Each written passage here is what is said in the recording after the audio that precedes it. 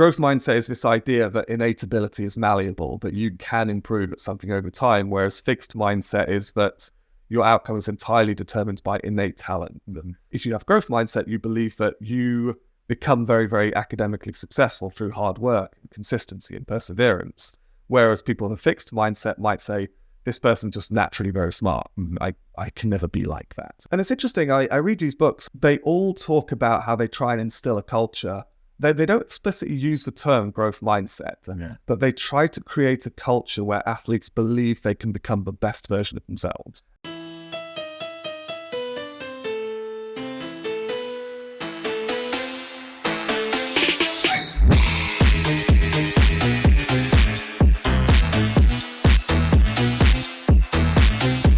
Hey, what is up? Welcome to Last Stroke Counts. We have the one and only, the people's champion in the house yet again. Please welcome Dave Bell, or Dr. Dave Bell, to the podcast. Good to be back, guys. Good to be back. Thanks for coming around. This is always fun. I think it's we've got some interesting things to talk into this. We'll maybe have a bit more of a serious chat this time, if that's possible. We'll see what we can do. But we had a couple really good questions asked on the Instagram page. So I think that'd be fun to get into. And I'm sure we'll get into all sorts of other stories and bits and pieces. We've made sure we're fully loaded up with some nourishment cans here for the ex-sponsored athlete, Dave. You've got. I noticed you're missing peanut butter flavor as well. A new one. I've never tried that one. Yeah, it's niche. It's niche. It's like the meta moon of Prime, but it's out there. What's your favorite flavor? Oh, strawberry. Oh yeah, every time. Yeah. There's no contest there. I also had a look at the new one they've got that's no added sugar, because that is a heavy amount of sugar in that bad boy. I'm not touching a no added sugar version. if you're on the bulk, this is the one. Are you trying to get sponsored by Nourishment here? I wouldn't mind getting sponsored by Nourishment. Let me tell you, it's a dream. They're great sponsors. I'm sure you can bulk pretty quickly on a couple cans of Nourishment a day. Couple a day, wow. The amount of readies you need to buy in order to offset that kind of heartburn. We'll see what we can do. We'll give them a message, see if they fancy getting on board. It'd be quite fun. As for today's episode, Davey, how you doing? I'm good. Just enjoying retirement. Just cracking on with my new life of beach weights and Microsoft Excel tournaments. Yeah. Have you actually done a tournament?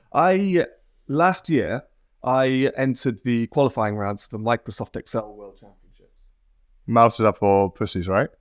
Manson, what? Computer mouse is up for pussies, right? Well, I use your keyboard if you know the shortcuts, Pete. Well, exactly. But no, there is a Microsoft Excel World Championship, and that's my new goal. That's the aim. You get a free trip to Vegas. First prize is $100,000. Oh, yeah, serious. Yeah, take it. You say you retired, but you've been sucked back into rowing quite quickly. Yeah, I mean, I think it's very difficult when something is such a huge part of your life for so long. It's very difficult to go cold turkey and just stop it altogether. I remember when I initially stopped rowing, I got into cycling for a little while and then had this sort of hybrid phase of my life where I was doing half rowing and half cycling. But I must confess, it got kind of frustrating. I think competitive rowing I found very difficult to half-ass. Yeah. Because you just feel like, I'm just not getting the results that I know that I could be capable of. Yeah. So personally, I don't know if everybody feels this way, but I found this sport to be quite all or nothing. Yeah. So yeah, I just want coaching now to keep my foot in the rowing world. It's fun, yeah. I mean, that's like a big benefit of what we do is I still get to go around and see lots of people, see lots of the guys I used to row with who otherwise wouldn't see, who are now sort of coaching or involved in other programs and stuff. Yeah. Which is nice to go and see. We were at Caversham again yesterday getting the gossip off Morris. It's always good fun. But I find it funny when like people ask, do you still do any rowing? Like, no. Why not? Well, because every time I sit on an ergo, I'm reminded of what I'm not anymore, and it's a bit depressing. I think it's like if you've done it recreationally, you can do it at that level. But if you've taken it beyond that, it's hard to step back from that. I've always felt like, because if you've given everything to it, you've dropped everything else in your life. Once you retire professionally, there's a bunch of other things you want to do anyway, number one. And then also I feel like if you entered a race and you didn't win, you'd be like, well, it's because I'm not training 8 times, 10, 12 times a week. And then you're like, well, I should probably start doing that again. And then all of a sudden, like, you're back in it. Yeah, that's kind of how I felt when I did my little hybrid period of rowing and cycling. I'd gone back to Molesey and was training, doing 2-3 outings a week with the breakfast club and then just going out on my bike the rest of the time. And I'd gone from being in the CBC Blue Boat, one of the quickest boats in the country, to coming second at Teddington Head, for example, in the Quad Skull. And Ouch. yeah, not necessarily ouch. There's some good guys in that Twickenham crew that beat us, but you feel like, oh, if I were to just get back into a little bit more, then maybe I could be back winning Teddington Head. And then you start talking yourself into doing more and more. I found it very hard to step back. Yeah, it is hard. And I think like we joke about not getting away, but I think that's why people sort of go in and out, because it's such a big part of your life. Again, we've spoken about this before, but people kind of joke that like, oh, like rowing's like your whole bloody world, like there's more to life than rowing. But like if you're trying to do it at a high level, it is, like it has to be. And then to give it up. But I think it's really important that you don't let it define you at any point. There's a great quote by Kobe Bryant that I really liked a while ago when he said, what you do is not who you are. Yeah. And having looked into it a little bit since I retired myself, a lot of athletes struggle with a lot of issues when they retire. Perhaps the biggest one is there's a real loss of identity. Yeah, massive, yeah. And I think it's exactly what you said, because it just, if you do it at that level, like to my family and my friends, I was Tom the rower. From the people who outside of the rowing world who knew me, I was the only person they knew who rowed. And then sort of all your Christmas and birthday presents are around rowing. You're getting the cup that has the rower on it and this and that. And then, yeah, all of a sudden you feel like, and I think also because you feel like you're doing something kind of really important, or at least, you're really like maximizing the use of your body and your fitness, and you're going for this goal. Yeah, you carry around like a certain level of pride with the work that you're putting yourself through. And also I think because it's very easy to like measure success in sport.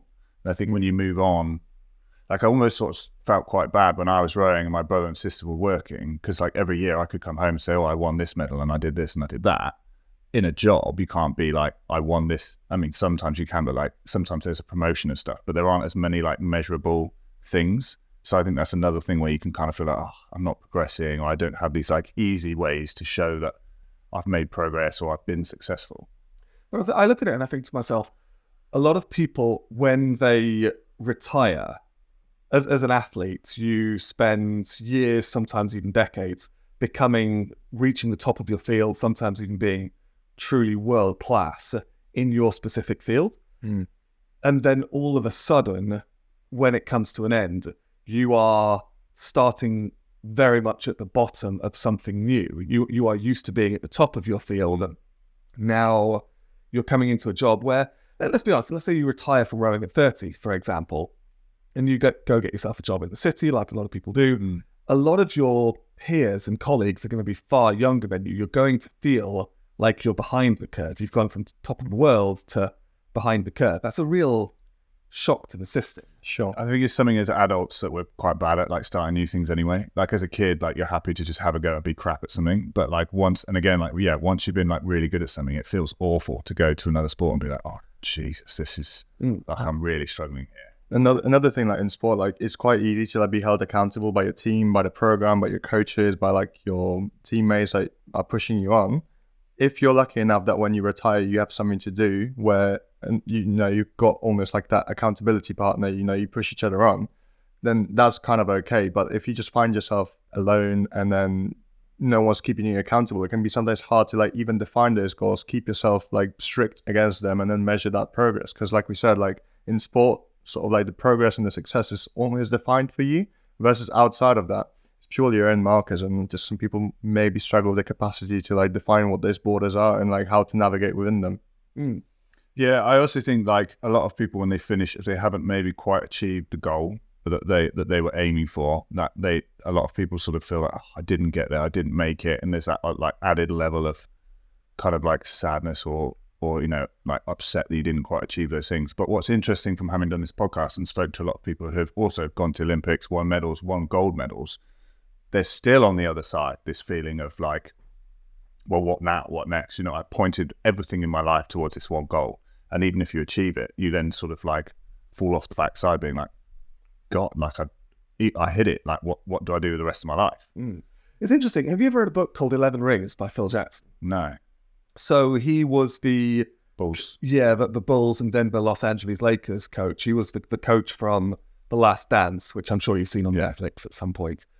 It's a really, really fascinating book. He talks a lot about trying to see his athletes as people rather than just a cog in the machine. And he wanted to create a culture where the athletes were becoming all-round better people, not just all-round better athletes. And you see a lot of this theme in a lot of sports coaching books. I don't know if you've ever read Legacy by James Kerr, but they talk, one of the chapters is called Good People Make Good All Blacks. And I see this in so many books, this culture of trying to create good, well-rounded people. And I think that's very important for a successful program because it helps you transition into life after rowing. You're more malleable, you've got a good skill set, you've got transferable skills. And I think it's important that coaches don't just see athletes as a tool for achieving their job description. I think it's important that coaches help athletes prepare for life after rowing. Yeah, when we spoke to Ben Welburn, he spoke about that. Obviously, good people make good athletes. And I don't know if it was Ben or someone else who said they did kind of an exercise on a whiteboard where they asked everyone like what attributes they feel makes a great athlete, and they kind of put them into two blocks of like like great fitness or great strength. But the other, and there were a few on this side, the things that make a good athlete, but this other side was really full of all these things that are just like being on time, like being a good crew member, helping other people out, and then the separation being like, from everything you've said, the majority of them all the things that are just to do with being a good person, whether you're an athlete or not. And I think that kind of gets missed at times. So, certainly throughout my own rowing career, and I'd be curious to know if you had any sort of different experience, but throughout my own career, I got to be honest, I never really felt like any coaches were interested in what I was going to do after the sport. They were interested in me getting the best possible performance that particular year, but whether or not I should have still been rowing at the time, it's kind of debatable. That's a little bit of a vague statement, so I'll probably elaborate on that a little bit. But for example, when I was at Molesey, I spent quite a while at Molesey as a full-time athlete, and my goal was to try and make the GB squad at the time. But the thing is, I was late 20s, early 30s when I was doing this. And, as a 6'1", 30-year-old who's just about sneaking under 6 minutes, the squad's not going to be interested in you. But none of the coaches ever told me that.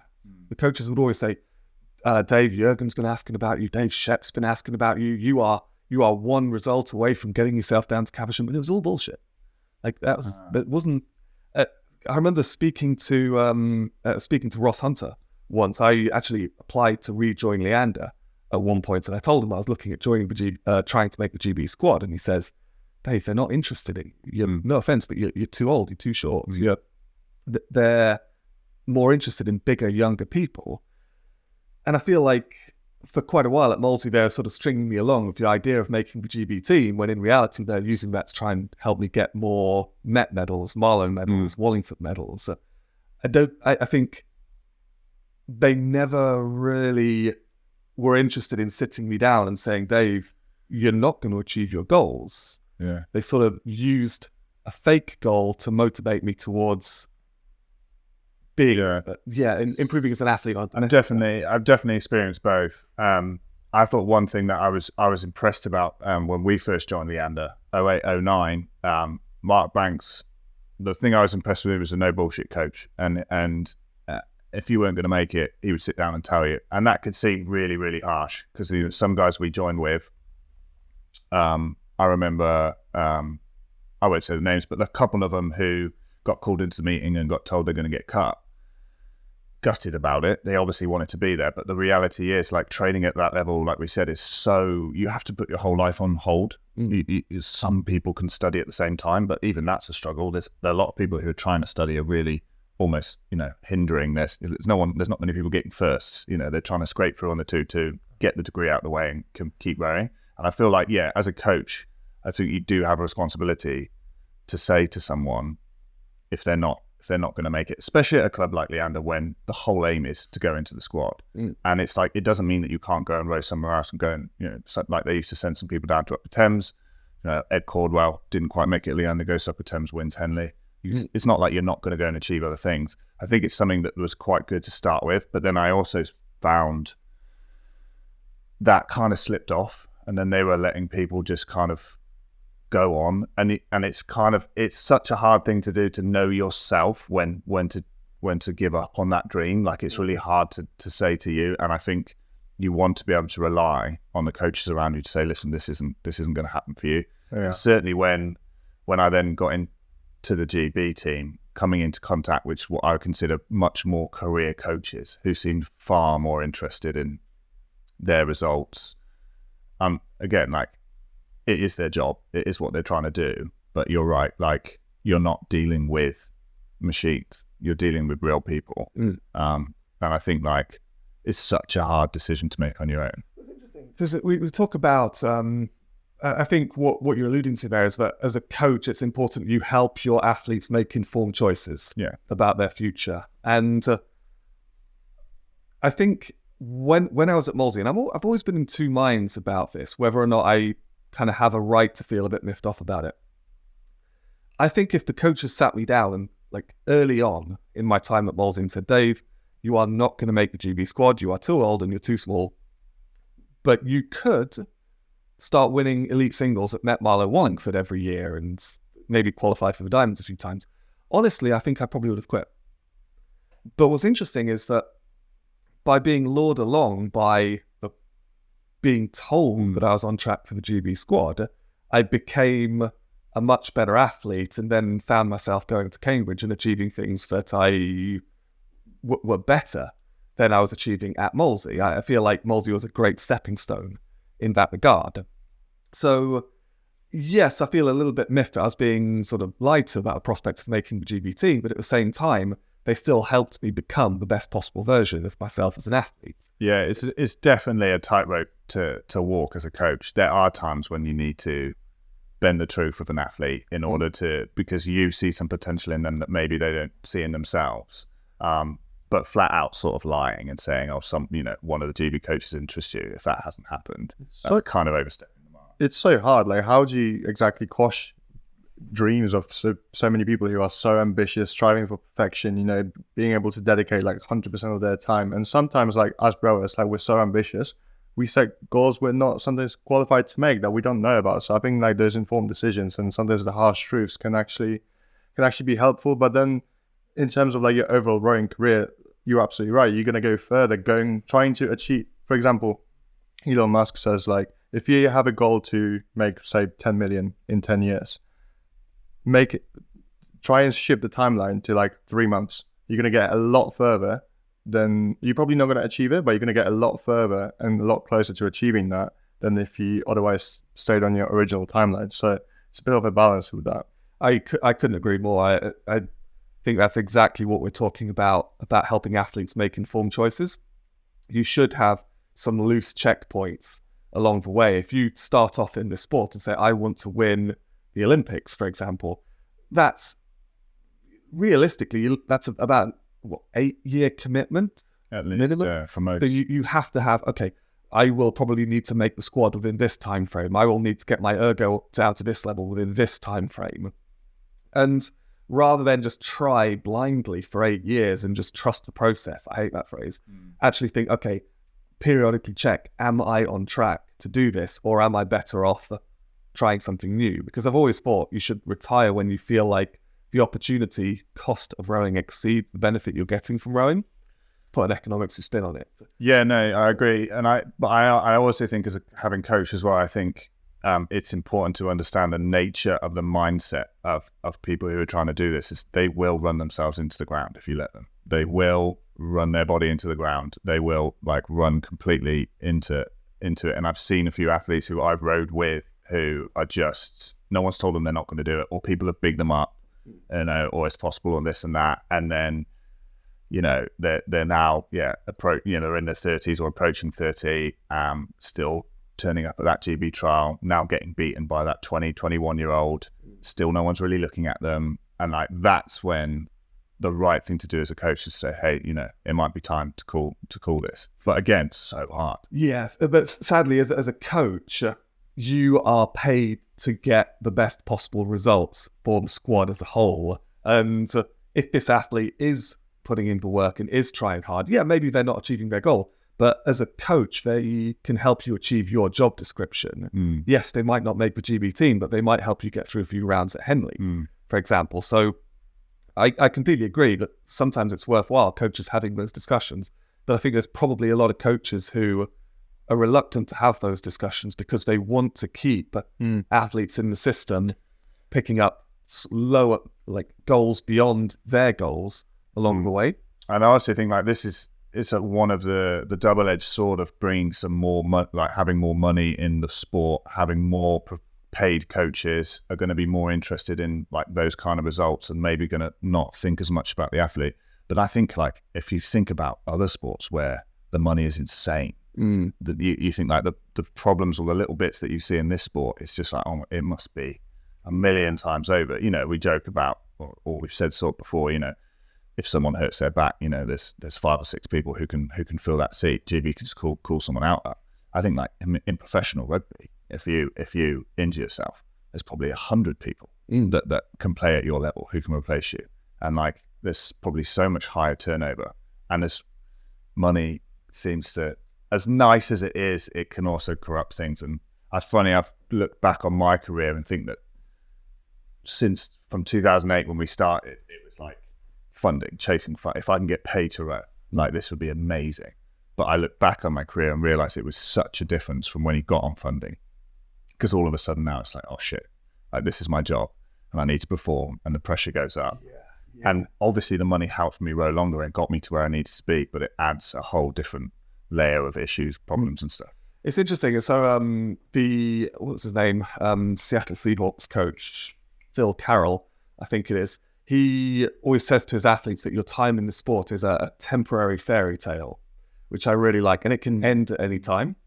And I heard a stat recently that 78% of American football players are in severe financial difficulty or go bankrupt within about 3 years of retirement. I also think the statistics are being the average career time of an NFL player is 3 to 5 years. Yeah. And you think you've got guys well up over 100 kilos who can go sub 11 for a 100-meter sprint, charge the whole time. Have you not seen some of these videos going around? No. I saw this video of some college American football player. He was 135 kilos, and there's a clip of him running about 10.6 100 meters, and he's twice the size of everybody else in the race. And I think the wattage this guy must be putting out, it's like getting hit by a rhino. Yeah. I think no wonder there's such a short time frame when you think the sheer momentum and impulse that these guys can generate. Yeah. Yeah. But as for bad financial decisions possibly made when there are millions at stake and people going bankrupt shortly after their career, I think a lot of clubs and institutions have started organizing financial planning and education for their athletes, because it's what are you gonna do if you've dedicated your life to being an NFL player? Yeah. You finish your career, you've made your big bucks, and then you're broke. What the hell are you gonna do? These people, with investments and careful planning and just being a little bit conscious about your decisions, you can be set for life. So I think that's important. Yeah, unfortunately, in rowing, we don't have that kind of... These habits, they become you become accustomed to a certain lifestyle. Oh, yeah. So you spend, let's be generous and say 5 years as an NFL player on several million a year. You're going to get used to going out and spending a small fortune on seemingly everything. And your career can end like that. One bad tackle and that could be it. You're done. But your spending habits aren't going to change instantaneously. Yeah. So you think it requires someone to talk to you about, hey, this money you're making isn't going to last. You want to make sure you're sticking some away. Yeah. But then that's really difficult as well when what you're on. This is the problem that affects rowers, by the way. Well, on the difference, I remember, so again, being in the squad, so the difference between when I was in it, sort of C-level funding was 18, B was 25, 26, I think, and then A was just over 30, 32, something like that. And in order to get your A funding, you have to be on the podium. So if 1 year, if you move into the team, you'll probably go on C funding, you're on 18K, that's great. If you have a fantastic Worlds and win a medal, you'll go on to 34.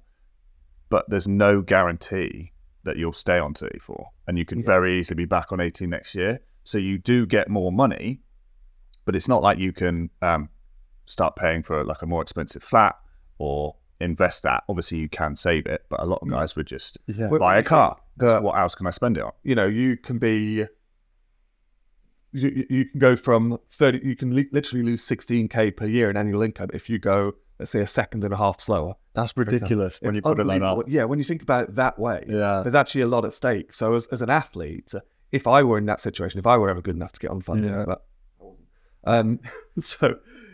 If I were good enough, if I was sort of in that region, I would always try to get by on C-level funding. Yeah. And then anything I get above to A-level funding, I would probably just, that, just set that aside. Absolutely. I think you can lose that in heartbeats. And then also this, I can't remember the year it was, but one year at Worlds, Rick Edgington was in the 4, and it was like an awful crosswind. They hadn't changed the seeding of the lanes, and they were the fastest qualifier. Carapiro. Was it Carapiro? Number 1. Yeah. Fastest qualifier, but then they came 4th, and it's like boom, that's gone off some conditions, off a bad lane call or something like that. this is where you got to be super careful with lifestyle inflation, because if you inflate your lifestyle based on your income, but it's not like guaranteed to stay that way, it can be like so volatile, like you said, like you can lose probably half of it. It's so dangerous.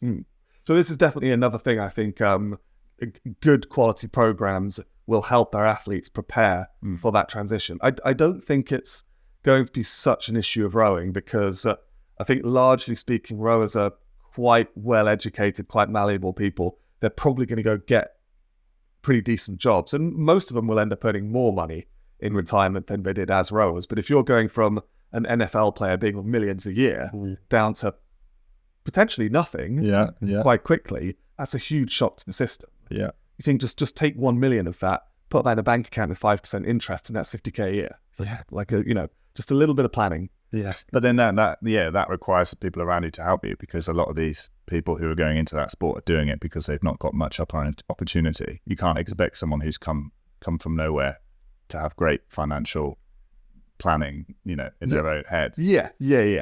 So certainly, when I talk about the difficulties of retirement, I feel like that's one that is definitely very prevalent in a lot of more professional, more high money sports. But in terms of rowing, I think the loss of structure.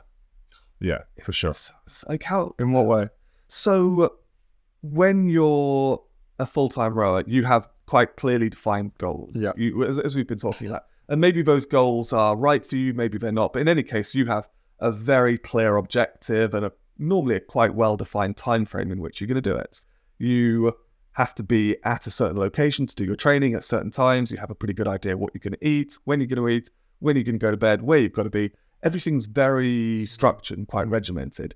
But when you retire, a lot of the time you're just kind of cast out into the wild, and people say you can go and do whatever you want now, which sounds great, but holy crap, it's daunting. Yeah. Because no one's there to tell you what to do and where to be and what to eat and when to sleep. This will also come down to having too many choices, because if the world's your oyster and everything's open, you're gonna get into paralysis by analysis very often. I used to the teacher I had at school, form teacher, always used to say he liked having rowers in his class because they're always quite organised, and he didn't have to worry too much about them going off the rails, because they always knew that they had to not get detentions and stuff, because that was when rowing was, and very more organised and things like that. Yeah, and I remember my dad just being like, no, it's the opposite. You get told where to be and what to do. You sit in a boat and a cox tells you what to do. Your coach tells you what to do. The further you get up, and certainly you sort of coming into world championships, you get to the point where every minute of your day is pretty much nailed down, and you stop sort of thinking. So as much as it can seem like you're really structured and really, really strict on those things, you are, but you're not following your own program. You're following someone else's structure. Yeah.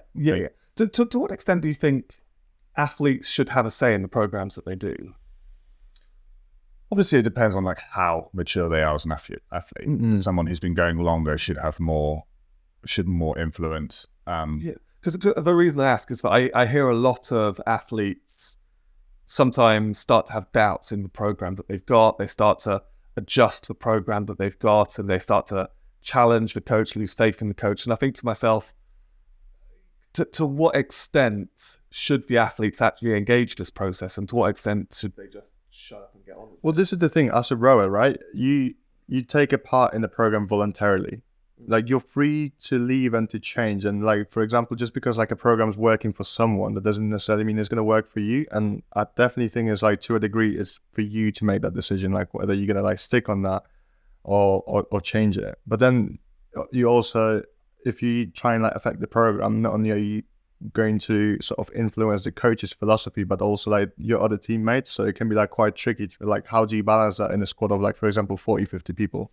Yeah, I've had an interesting experience on this, and Leander one year, in one of my latest plates year, we brought in, Leander brought a new coach in, and he was doing things a little bit different. It was a year where there wasn't as much money going around, so we didn't go on our Banyoles camp. We went to Temple Salot, and it rained for 14 days. Well, it was a tough camp. And the only thing you're allowed to do, yeah, awful, Terrible Henley. go. The only entertainment was a swimming pool that we were allowed to go in, and we got banned from that on the first day because people were like throwing chairs in the pool. Some volleyball game got completely out of hand, so we got banned from that, and it was tough.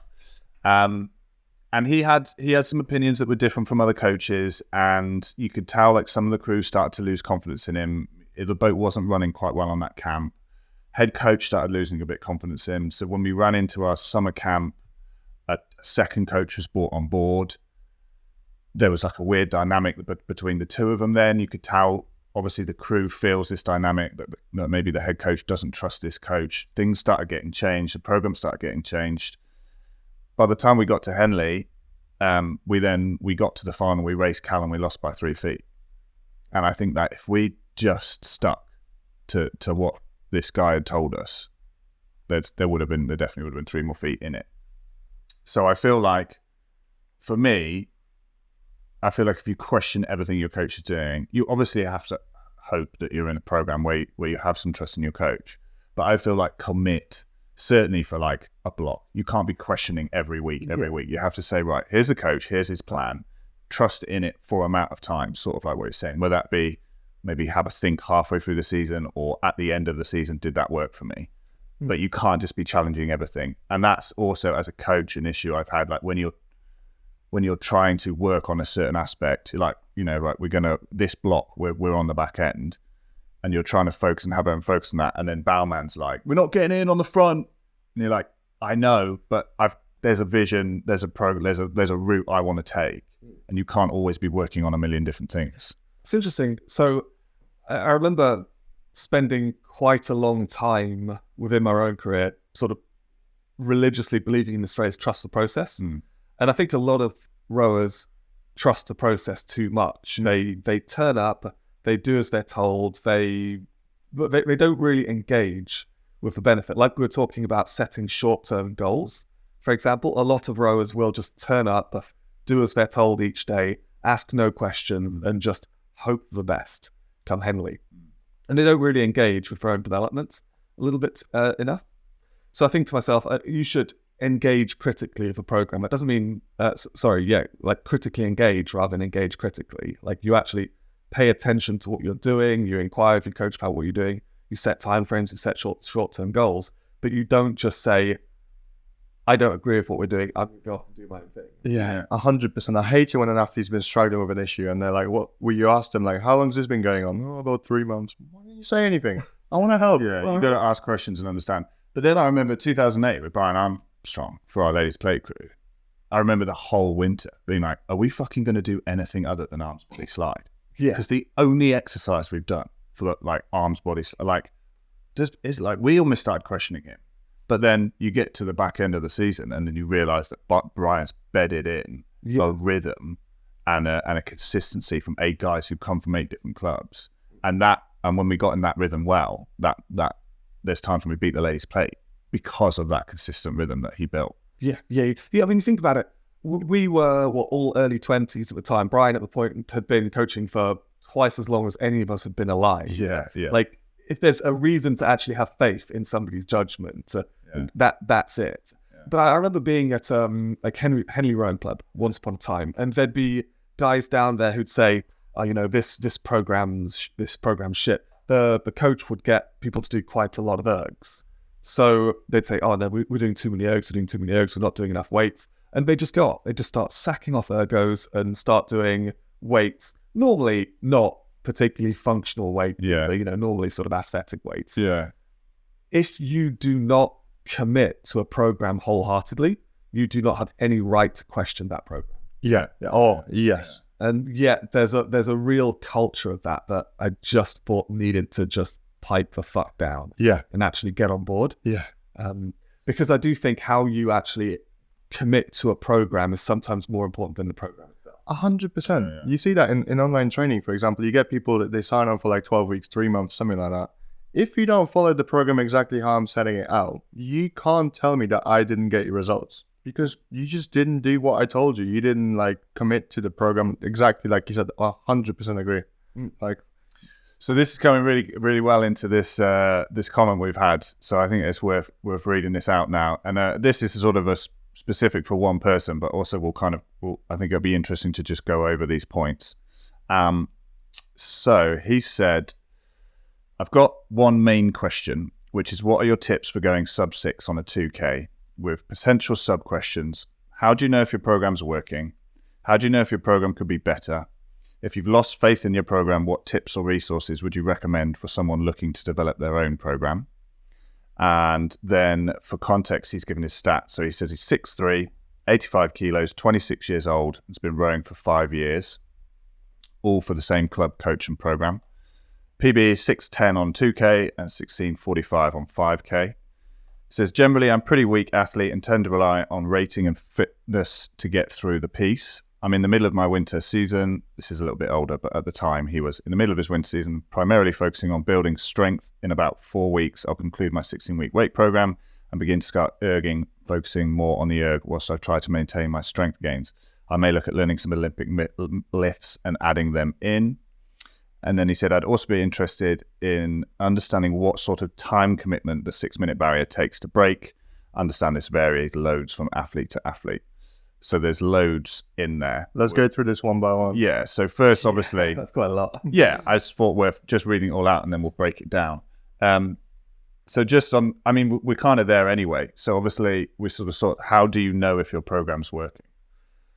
What working for you, or working for the athletes, or working as in achieving results? That's what we gotta like firstly set that out. But I think specifically he means like for himself. Yeah. So I'm just trying to kind of get a little bit of a sense as to this. So I'm just wondering, is this person training with the sole goal of going sub 6, or is this person part of the squad that's looking to try and get for a few rounds at Henley? Yeah, this is exactly what I was thinking. Set the right goals for yourself. Yeah, so I think they're a rower. They've been rowing for 5 years. They're in a program. They're on the water rower.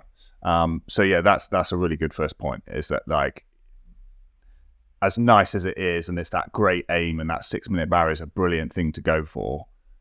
Yeah, is that the only thing you want to achieve, or are you also looking to be fast on the water and win some events? Yeah, the reason I say that is because when I had my little dabble into cycling, I set myself a goal of going over 440 watts for 20 minutes, which is, might seem a little bit sort of arbitrary figures, but it was a goal purely to try and put out a certain amount of power for a certain distance. Mm-hmm. And yeah, it's nice to know that you can reach a certain level of fitness, but having done it, I just thought, oh, what's the point of that? Like, it's nice to actually have some sort of competition goal or some sort of like team objective, rather than just saying, I want to get this level of fitness for the sake of getting this fit. Precisely. You can go sub 6 in many ways, but whether you actually be able to translate that onto the water is just a completely second question. So like, it's so important to have that like bigger, larger goal in mind. Like you said, like somewhere where you can actually, test whatever fitness or markers you've achieved, and like, has that actually made any difference to what it is that you're actually after? Yeah. As a coach, if I'm trying to get a crew to be successful at Henley, whatever that may be, around 3 rounds the weekend or a win, that's gonna be such a different program from coaching someone who's, I want to go under 6. Like, that's a completely different program. And I think as rowing, you're always balancing strength and fitness. You're always going to struggle to add weight and strength on a super high volume program.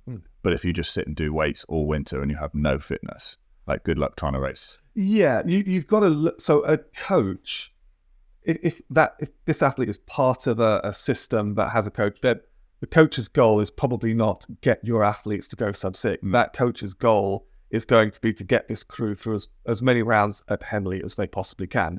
And he's no doubt going to be writing a program that's suitable for that. The coach will look at that and think, okay, what do I have to do to get this squad as quick as possible on the water? So this program might not be what this particular athlete needs. And if this particular athlete thinks, I'm more interested in going sub-6 than I am in the team's goal, then maybe you're best off not being part of the team. But I look at like my time at Cambridge, for example, when we were working under Rob Baker, we had some big, strong boys in this group. And the coach thought, well, we don't need everybody to be deadlifting up towards 200 kilograms. We want to be winning a 17-minute race on the water. I want people to be long and free and dynamic and springy in the boat. So he got us all to do circuit training, and we all lost a lot of weight and maximal strength, which may have been bad for our 2Ks, but it was better for us for 17 minutes rating 38, which was that was our goal. Completely. So with this particular person, I think, if going 6 minutes is really, really important to you, great, go for it. But your coach is probably targeting something else. Yeah. I think, so the main point, how do you know if your program's working for you? It's like, well, you need to know what your goal is. Yeah. You need to have your goal set out clear and understand if that matches what your coach is trying to do. Yeah. That's why. And understand your why. Like, so I mean, I'm extrapolating a little bit based on what you just read out. But if your goal is purely to go sub-6 and nothing more, don't get me wrong, it's a great level of fitness. Not many rowers manage that in the grand scheme of things, but I would far rather have won Henley or the boat race pulling a 6:01 than one piss all pulling a 5:59. Yeah. Like when you retire, no one's you're gonna look back on the races you did with your team, the friendships you made, and the events you got to take part in. You're never gonna think, remember that time I went 5:59 in my shed. Yeah. Like why do you want to achieve that goal? Yeah. Is that more important than the team goal that you're part of? And going sub-6 doesn't necessarily make you that much faster or more useful to the team as well. There's people who've won Olympic gold medals having never gone sub-6. Yeah. To add to your point, Dave, absolutely. I also remember at Leander sort of being frustrated because you want to get your best 2K. You know that getting good scores is going to get you seen by under 23 coaches at the time. And I remember at times being frustrated. I think, right, we're doing a 2K test. It's 4 days before. We're doing 1:7:50, 1:12:50, and that's our only prep. And being like, I wish we could do. I know I could do better if we could do a bit more prep. And I remember Ben Duggan said when they were at Brown, they basically raced every Saturday, and then every Monday they did a 2K. Literally every week, every Monday they did a 2K, and that got to the point where you had so much more consistency, so much more like recorded amounts to know that when you were feeling good, it was so much easier to pace it. Because if you're doing only like two 2Ks a year, it's really difficult. Your fitness, your situation at the time can change so much. It's difficult to do that. And you've got more data to work off as well. You've got those like weekly markers. You can possibly check that against your heart rate levels, whether you're fatigued, etc. Especially if you're doing like this, what do they call it? Your daily markers or whatever. Like how did I feel? How was that session? Rate of RPEs, the rate of perceived exertions, those types of things. So it's like with regards to this athlete, I noticed you sort of mentioned, he talks a lot about doing more Olympic lifts, doing more strength. If you are particularly, well, they describe themselves as not particularly strong, then you probably would benefit from doing some more weight training. It's really hard to say about really knowing the athlete specifically, because when I was at Molesey, for example, and I was largely doing my single scull, we did 4 weight sessions a week. I could deadlift best part of 200 kilos quite happily. I was like a big, strong boy. And then I turned up at Cambridge and Steve Trapmore said, you're too bulky, you don't row long enough, we need to get you leaner, we need to get you looser, we need to get you more flexible, we need to get you out around the pin at the front end. His goal was making me as fast as possible in an 8 and actually able to row with guys 4 inches taller than me. My goal at Molesey was just get as strong as possible because that'll probably help my legs. Yeah. Well, this is the thing. You got to build your engine up if you wanted to like pull a certain put a certain horsepower out, right? Because otherwise, like, what are the 2 ways that you can go faster, you can either rate higher or you can output more power per stroke. Yeah. So this person, it sounds like this person has identified a weakness and would benefit from addressing that weakness. But just because one person is making gains from doing additional weight training doesn't mean it's suitable for everybody. It doesn't mean it's suitable for every single goal. Completely.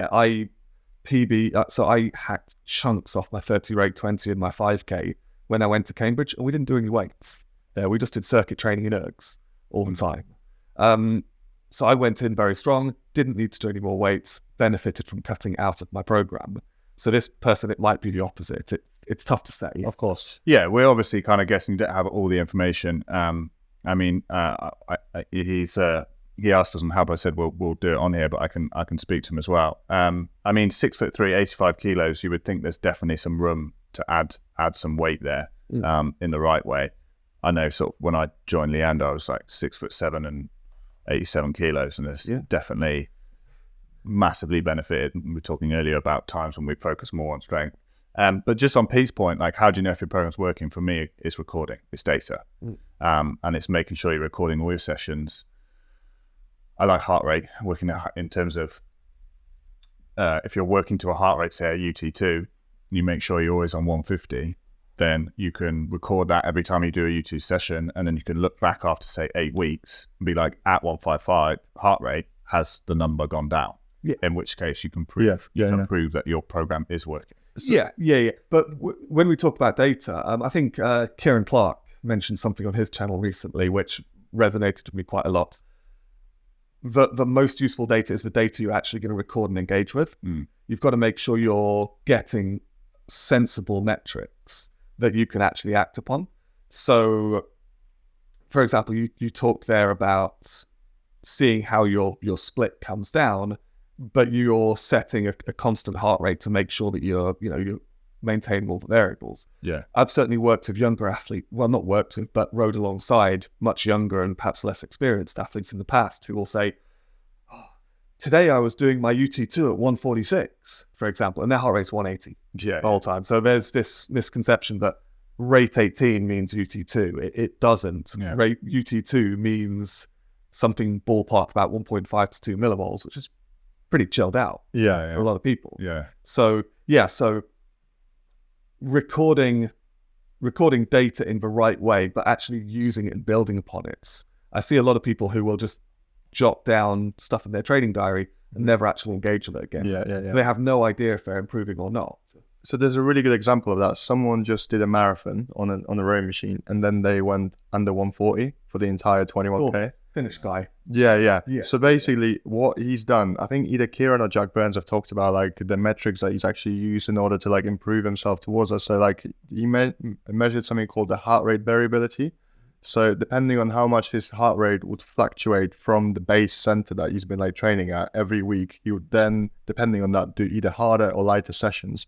And that sort of like got him to like balance it out over the course of a longer period of time. I think cyclists are a lot better at using data in this way than rowers. I think rowers do tend to sort of passively engage with their training program rather than actively engage with the data they're getting quite a bit. So when I had my dabble into cycling, I worked with a coach who would write me a program.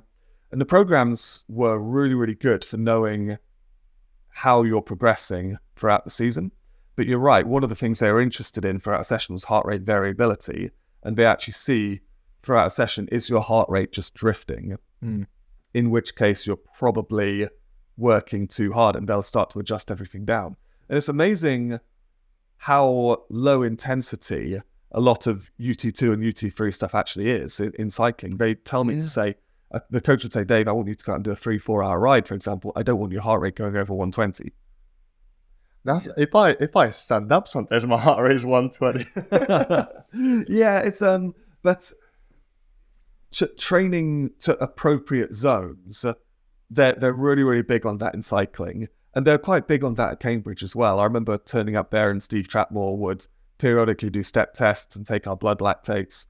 And something they did really well there was whenever we turn up for a UT2 erg or a UT1 erg, you know what it's like. You put 40 guys in a room, it's just going to turn into a low rate dick swinging contest. Yeah. But we would turn up and he'd write our splits on the board in advance and say, this is what you're going to pull. I will not be in any way, shape or form impressed if you pull bigger splits than this. Stick to zones. And I don't see enough of that in rowing. I think that again comes down to understanding why you're doing what you're doing. And if you don't understanding, making sure that you talk to your coach about it. Because as well, for me, like so many times in UT2, just rag the crap out of it and see, oh, I did 147 this. But it's like, but what? Why? What is the purpose of this session? Well, the purpose of a UT2 session is to adapt your body best to improve your base level fitness. If you just go out and race everyone up, you might get a better score today than them, but you're looking at your long term improvement. And again, that sort of talking about how do you know if your program's working? Well, that you need to know what the aim of your program is, and you need to understand the reason why you're doing this. And I think it works both ways. Like you said, there's a lot of athletes who don't ask enough questions. There's a lot of coaches that won't explain it either. Like it's UT2 could do. What does even UT2 mean? It means utilization training zone 2. Well, what the fuck does that mean? I don't know what that means. Yeah. You have to kind of explain it a bit more. And understanding the reason.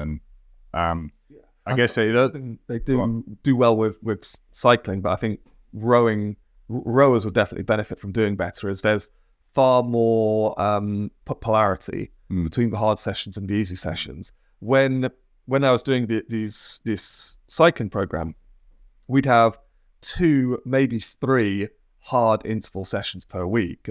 But the other days they'd say, okay, Dave, recovery ride, I want you to go out and do 3 hours, average heart rate about 115, for example. And it was the recovery rides were so chilled, basically just twirling my legs a lot of the time. But it meant when it came to the hard interval sessions, I could really attack them. So there was this polarity between the light days and the hard days. The light days were unbelievably light, the hard days were very hard. Whereas I think with rowing, because a lot of people overcook their UT2, they do their light stuff medium and end up, because they're knackered, they do their hard stuff medium as well. So rowers don't really have that polarity. And they sort of exist in a bit of a state of overtraining and don't actually progress at the same rate. I think that's also because possibly some coaches maybe don't understand the benefit of this. This is old school thinking of like everything to the max, as hard as you can. And like actually we would benefit so much more from the type of training that you're saying. Yeah, I mean, the second part of that question, then, how do you know if your program could be better? Again, I think it's recording data. I think that boils back down to some stuff we were saying earlier, though. You say, how would you know if your training is going to be better? Before you start asking that externally to a coach, ask that internally, have I fully committed to this program? Because if you're really having these doubts about the training program that you're doing, are you going to be fully committing to it? And as I said earlier, I think if you're not fully committing to a training program, you lose any right to complain about it. Completely. Yeah, it's difficult. It's you can't assess what that program's done for you if you've not stuck to that program. So on that point, it's change as few things as possible at a time. Have a consistent block done. Look, then presumably, test in some form before and at the end of that block, and then understand. But if you just floated through it, I'm going to do weights today because I think that's better. And then I saw something on TikTok that said I should do this. So I'll try that. And then I'll take a piece of that. Then you've changed so many things at once. How do you know which bit was actually a benefit and which wasn't? Yeah, absolutely. I mean, I think to myself, when I read this book, like about Phil Jackson, for example, or the Legacy book about the New Zealand All Blacks, a lot of them have these same underlying themes, that a good coach isn't necessarily writing the best program in the world, but what they do very well is they create a culture where people commit to the program they write. And I think that's what makes a really excellent coach, because if everybody is committing properly to this program, people are happy to question it, they can have their queries, but nobody's saying this program's shit and starting to be they literally have a chapter in the New Zealand All Blacks book that just says they have a no dickheads rule. Like, don't be a twat and start slagging off the program, and the coaches commit to it properly. And I feel like one of the good things that they do with the All Blacks or with the Chicago Bulls is everybody feels fully invested in what they're doing. So I guess that the question is, how do good coaches actually create that culture? where everybody fully invests in the program. Transparency. Let people know we're doing this session because that's my objective that I'm working towards. Okay, the program's set out this way because in the first part of the season, for example, we want to focus more on like building durability. That's going to come in later. For example, the preseason might be way harder, but that's going to pay off in May. Those kinds of things. Be open, but then that requires a lot of self-accountability and also just like actually knowing what you're doing, because like you're not going to explain stuff to your athletes if you're just winging it, right? Yeah, and it comes back again to what is your aim and what is the aim of the program. How do you know if it could be better? Well, you need to know like better how. Like you need to know like if it, because my 2K is not improving, but that's not the goal of the program. Yeah. So yeah, it's about aligning, making sure your goals are aligned. Yeah, and if they're not, maybe thinking about doing something else or going to a different club, something like that, if that's possible. I don't know. Yeah, it's interesting. So there's a book by, you ever heard of a guy called Tim Grover? No. Rings a bell. He was Kobe Bryant and Michael Jordan's personal trainer back when they were at the peak of their careers. And he talked about early on in Michael Jordan's career, he said, we're going to get you doing lots of weight training. And they talked about this on The Last Dance as well. I was thinking, oh yeah, Tim Grover was getting them to do that. I read Tim Grover's book years and years ago. And at the time, Michael Jordan thought to himself, why would I want to do weight training? That's going to make me heavier. I'm not going to be able to jump as high. And his, one of his big things was his ability to basically fly. But by adding in this additional weight training into his program, it increased the longevity of his career. And that's the plan behind it all. So although the athlete was a little bit hesitant to actually invest in this, the coach was saying, look, yeah, we want to do this in a way that's not going to affect your jumping, but we're going to take a slightly unorthodox approach to increase the lifespan of your career. If you want to be the best of all time, you have to be at the top of your game for realistically best part of a decade.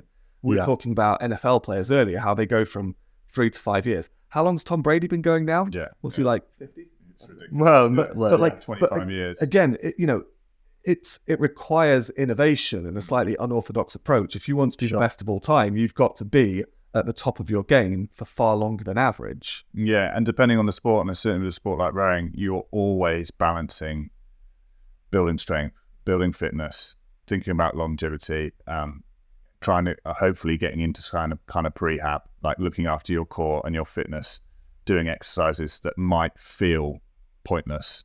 Oh God, I'm going to sit down and do a bloody crap core session again. But like once your back's broken, then you realize, you're going to be doing all that anyway. So you're having to balance all these things on if that's your aim. If you're looking to go to the Olympics, and like you said, you're looking at an 8, 10 plus career. I remember speaking to another coach about, certainly with juniors, some coaches getting great success with juniors, but getting the most out of that kid in 3 years, because after 3 years, I don't get to coach them anymore. So I specifically want them to be absolutely on the top of their game by the time they're 18. So rowing them into the ground at 16, 17, 18. And I think you see a lot of junior athletes who are successful even at a British level, who then don't go any further because they burn out. Yeah. So that's again, it's like, what's the aim here? Yeah, Matt Aldridge's junior age, he's the only one that rose out of all of those people. Wow. At that point, yeah. I remember watching that one and hearing that stat back then. Yeah. It's interesting. But again, as a coach, it's not your job to get people to perform well. And maybe there's some slight nuance to that statement. I think, like Morsey, for example, I think they get more funding if they get more people into the squad, for example. But with CBC, for example, in my 2018-2019 year, we had a load of like big, strong guys, and they didn't get us doing any weight training. And I've always thought one of the best things about proper, sensible, structured weight training is it increases your longevity as an athlete. But yet we didn't do any, because I think our goal was to win a race that was 7 months after we all turned up. So we don't really need to have one eye on what happens afterwards. Yeah. We get us as fast as we can possibly be on April 5th. But then that was also what you were all there to do as well. Yeah. It was a common shared goal. Yeah. Were you encouraged to do weights in the off season? Because like even speaking to Paddy, like they're so individualized with like certain training. Like sometimes they seem like an athlete could be better over that 17-minute race if they were a bit stronger. Sometimes they will prescribe them like a few more weight sessions per week. Yeah, so one of the things we did quite well was there was, I think it was early in the season on Fridays, we would get allocated different types of training based on what the coach deemed appropriate for us. I love that. So, for example, you know, a lot of the master's degree students, the mature students, they're already quite big and strong. But if you're coming in as an 18, 19-year-old fresher, for example, then you're more likely to be a 3-year project. So those guys would get given additional weight training to do on Fridays. Mm-hmm. The people who maybe hadn't done the volume over the summer and were a little bit porky, they got put on fat camp and they had to do a bike.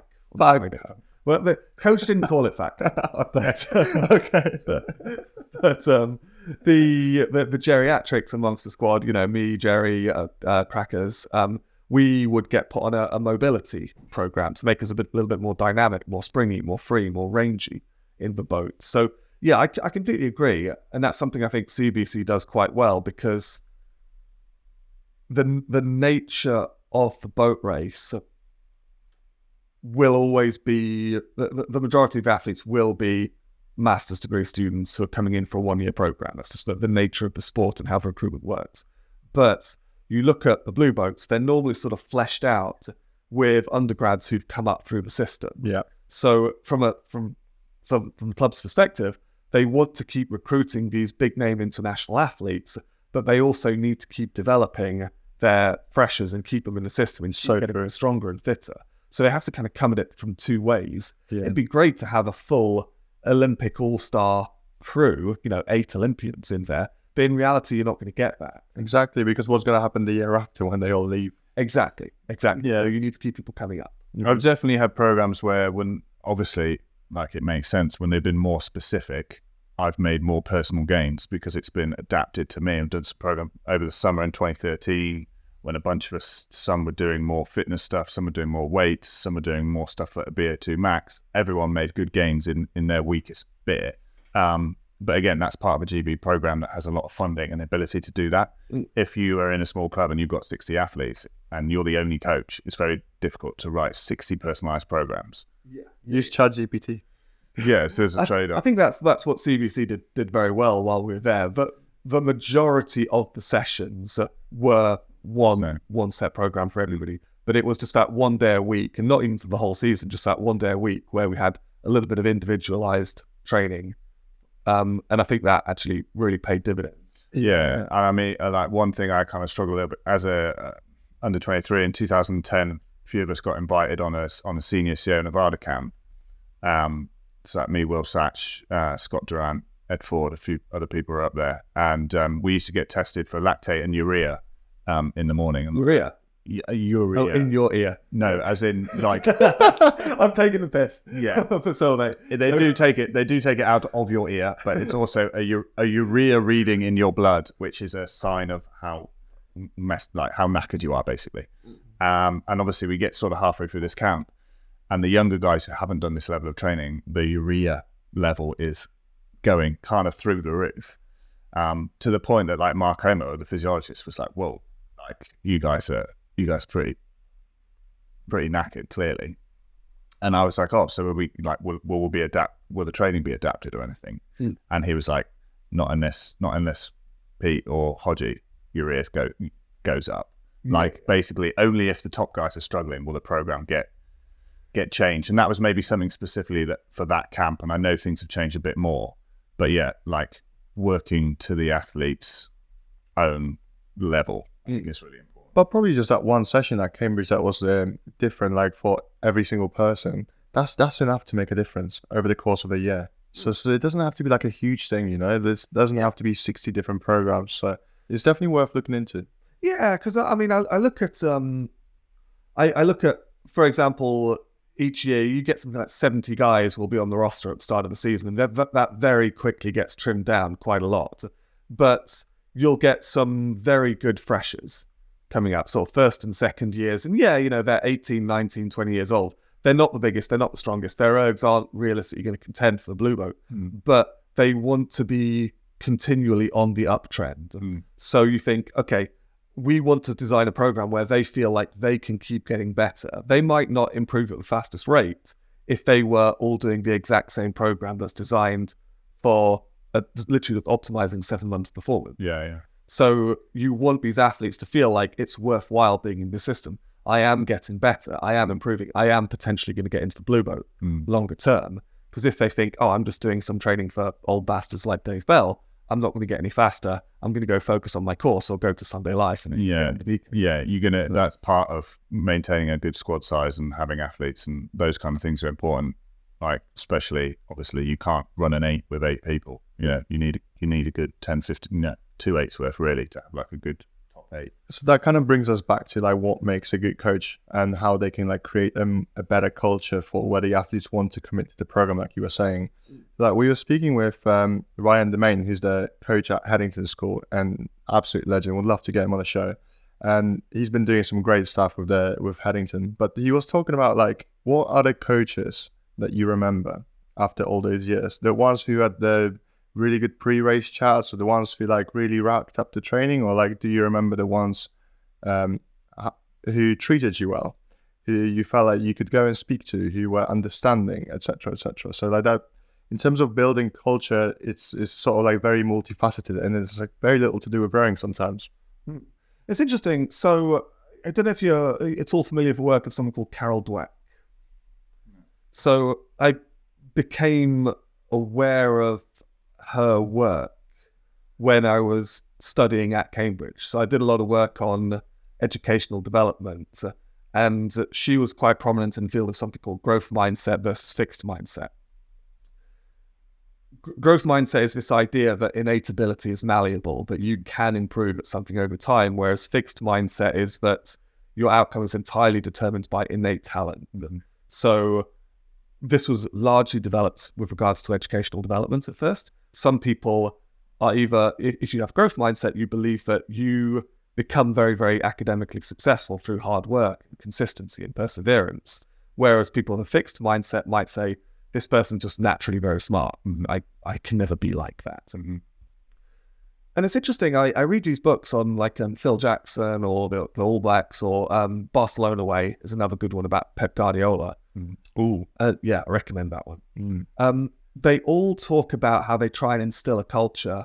They don't explicitly use the term growth mindset, but they try to create a culture where athletes believe they can become the best version of themselves. Because it's true as well.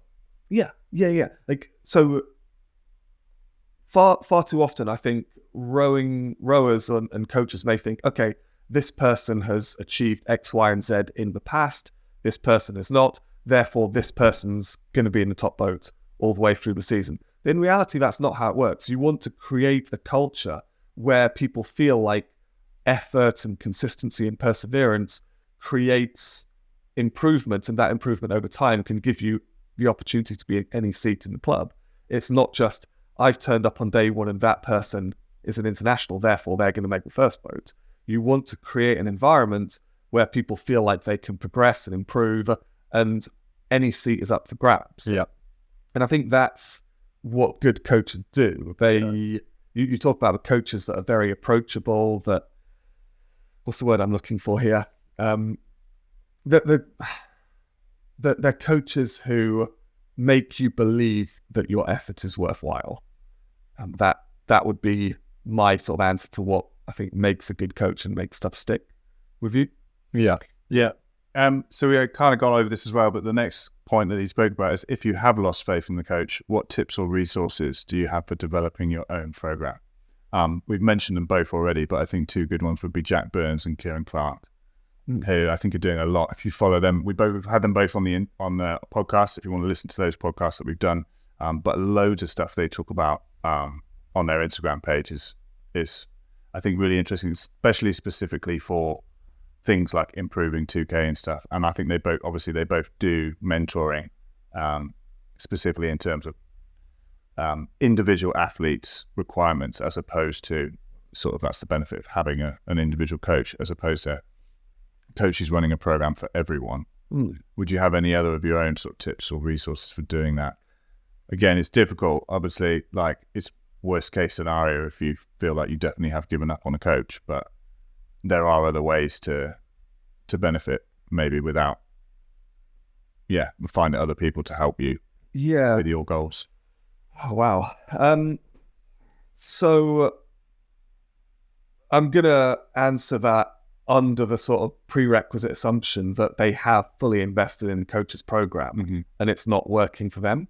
But I'm still just a little bit, I would still want to speak to the person and say, what is your why with regards to all of this? Because if you're going to go off and focus purely on a 2K, doing that completely solo, taking yourself out of the squad environment and just completing a program completely on your own with the sole goal of hitting a certain wattage for 2,000 meters on the rowing machine, that's really, really hard to sustain in the long term.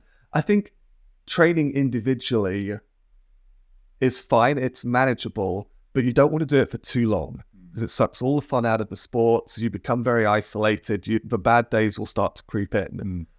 So cabin fever.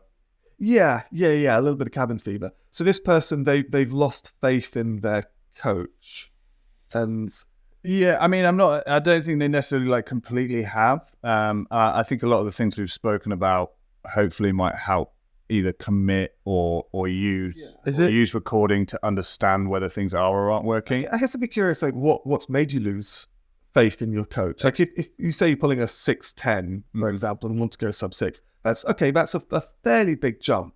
Athletes need to remember that the jump from 6'10" to 6 minutes is a much bigger jump in wattage than it is from 6'20" to 6'10". So you can't expect a linear progression in that regard. If this person has just pulled a 6'10" and is launching their toys out of pram saying, I would have hoped I'd have been sub 6 by now, probably unrealistic.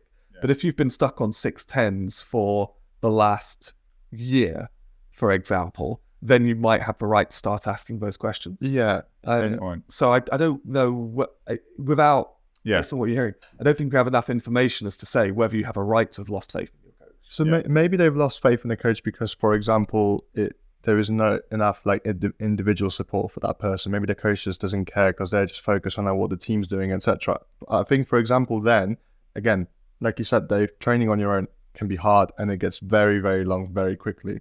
Maybe that person just needs a mentor or someone just to give them that little bit of guidance, just on the outside, and someone who's not going to necessarily interfere with the program. So possibly you could lose faith in a coach if they're just showing you that they don't care about your individual improvement enough. I'm going to assume that maybe that's the case. It's interesting. So of those 3 of those books that I've mentioned, so you've got the Barcelona Way, about Pep Guardiola, you've got 11 Rings by Phil Jackson, and you've got James Kerr's book on the All Blacks.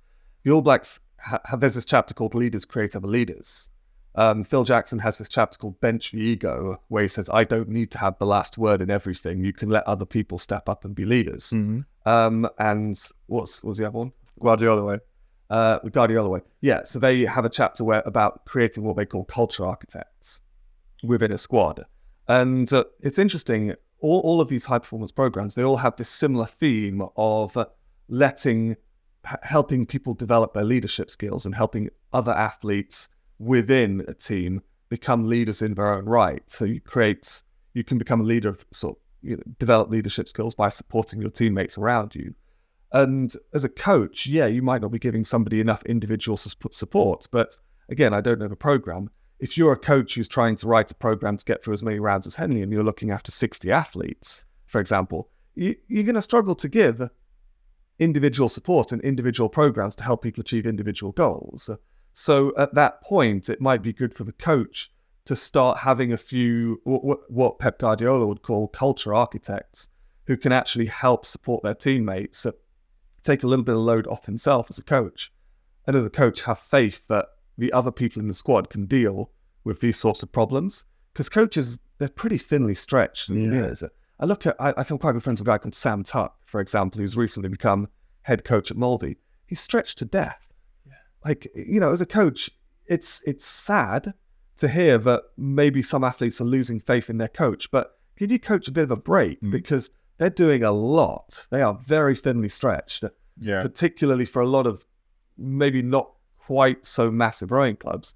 You can have one coach looking after 50, 60, 70 athletes. Yeah. Give them a break. For sure. Yeah, You can't even like sympathize unless you've been on the other side and been in that person's shoes. Yeah, I'm mentoring some athletes at the moment, and we've spent some time talking about some like loss of faith in the coach in some respect, and one of the things we sort of talk about is perspective on that. And one of the issues being the coach sort of being unhappy with the standard they are at in a certain boat.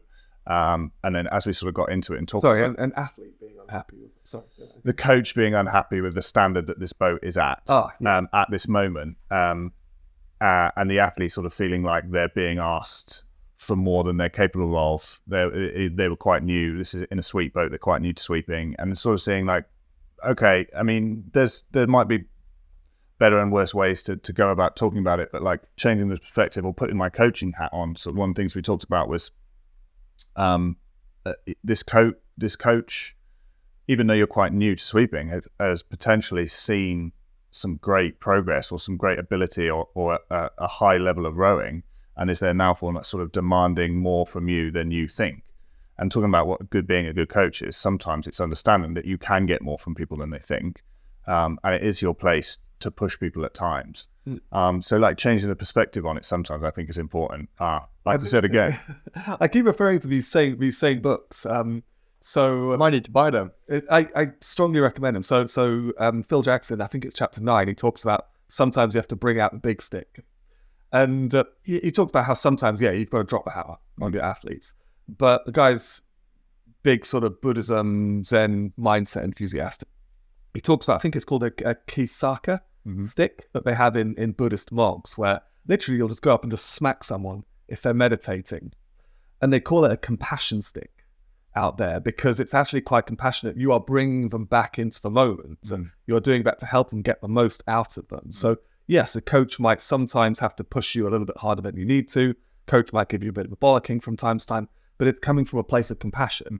Coach isn't just being a dick for the sake of being a dick. They're doing that because they think this person needs a little bit of a wake-up call, or they need pushing perhaps beyond they believe they're capable of to help them achieve goals they want to get. Yeah, I think again that comes down to communication. So the coach needs to communicate to the athletes like why and how they're doing that way. As a coach myself, like there have been times when athletes have questioned the methodology or the training or what we're doing at the time, and I sort of have to remind them like we're not just doing this for a laugh. I'm not just trying to hurt you for no reason. I'm not like enjoying you being in pain on the Ergo. Like everything we're doing is working towards this goal that hopefully we all have a common goal. And you might not enjoy all the parts of getting there, but if you've asked me to make you at a certain standard, I want to win Marlow or do this or qualify for Henley, well then you also need to understand that if you trust that I have the capability of getting you there, then you need to trust that everything I ask you to do is part of that plan. You're not always going to enjoy it, but that's the nature of pushing yourself. And I think we keep talking about how good coaches create a culture whereby athletes feel they can wholeheartedly commit to what they're doing. And I remember having a little bit of a dabble as the coach of Homerton College women's second boats in preparation for 2019 May bumps. Okay, not the most experienced athletes in the world, but whenever they go out, they would judge an outing entirely by, could we get the blades off water? That was it. That's the only metric. They could, they had no sense as to whether or not they were getting better beyond that. So they thought, okay, I'm going to install a speed coach in this. Every Thursday, we're going to do a timed piece from one end of the river to the other. And they actually started to get some sort of tangible sense as to whether or not they were getting faster. And does my effort, does this technical change, does that translate to more speed? They were far more invested in the program once they actually had some available data to know they were getting better.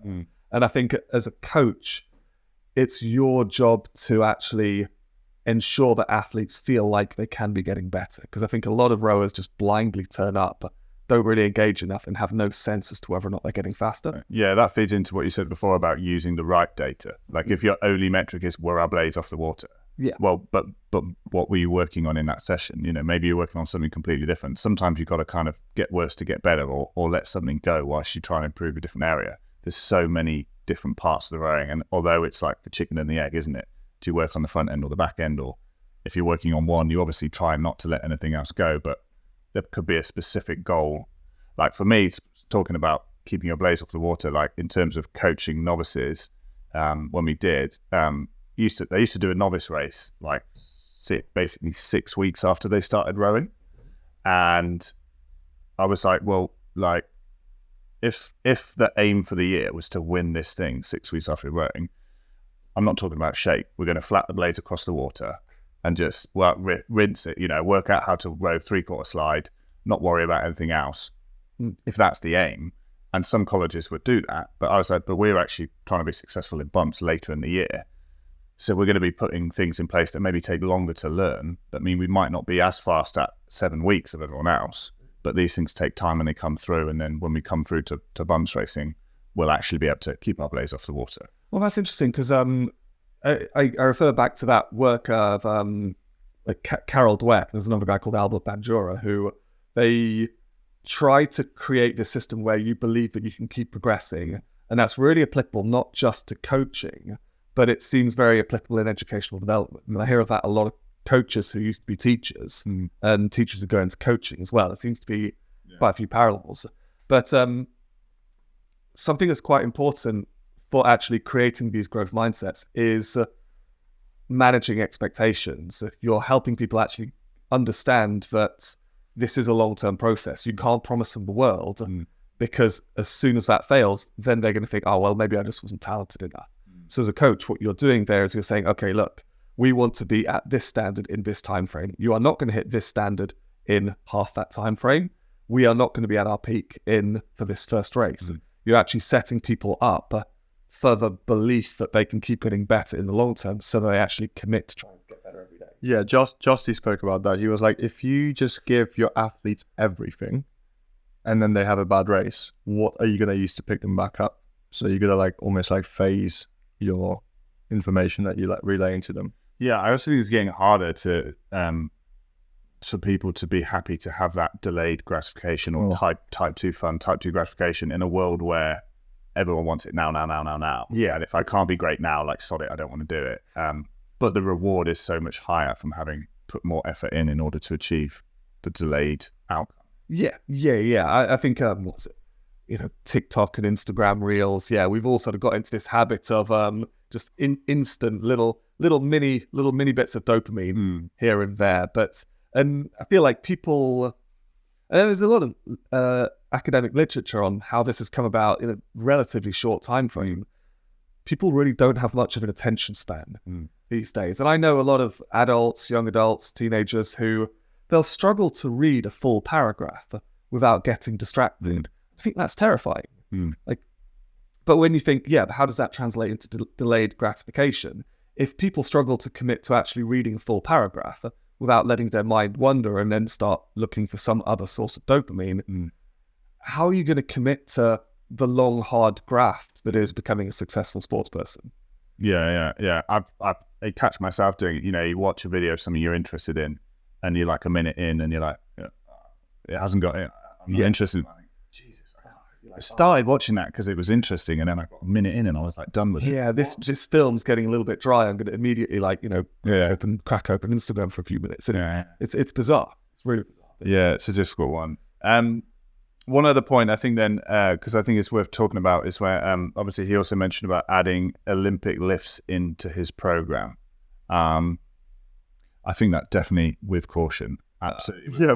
My first point of advice is pretty dubious about that. Know what you're doing. Yeah. Not on your own, not without an S&C or an experienced weights coach. Yeah. And also understand that the risk reward of those kind of lifts can be very, very high. I listened to I can't remember his name. It's not Robert Fosterman. That's the Quadzilla. No, not Quadzilla. It's a strongman. He was on with Rogan, and he was talking about if you don't compete as a strongman, don't deadlift, because the risk reward ratio is huge. The chance of injuring yourself is massive. And if you look at all Division 1 American, football or sports in general, none of them will do straight bar deadlifts. There'll be some of the diamond bar, whatever it's called, but certainly more like on blocks and things like that, like different variations.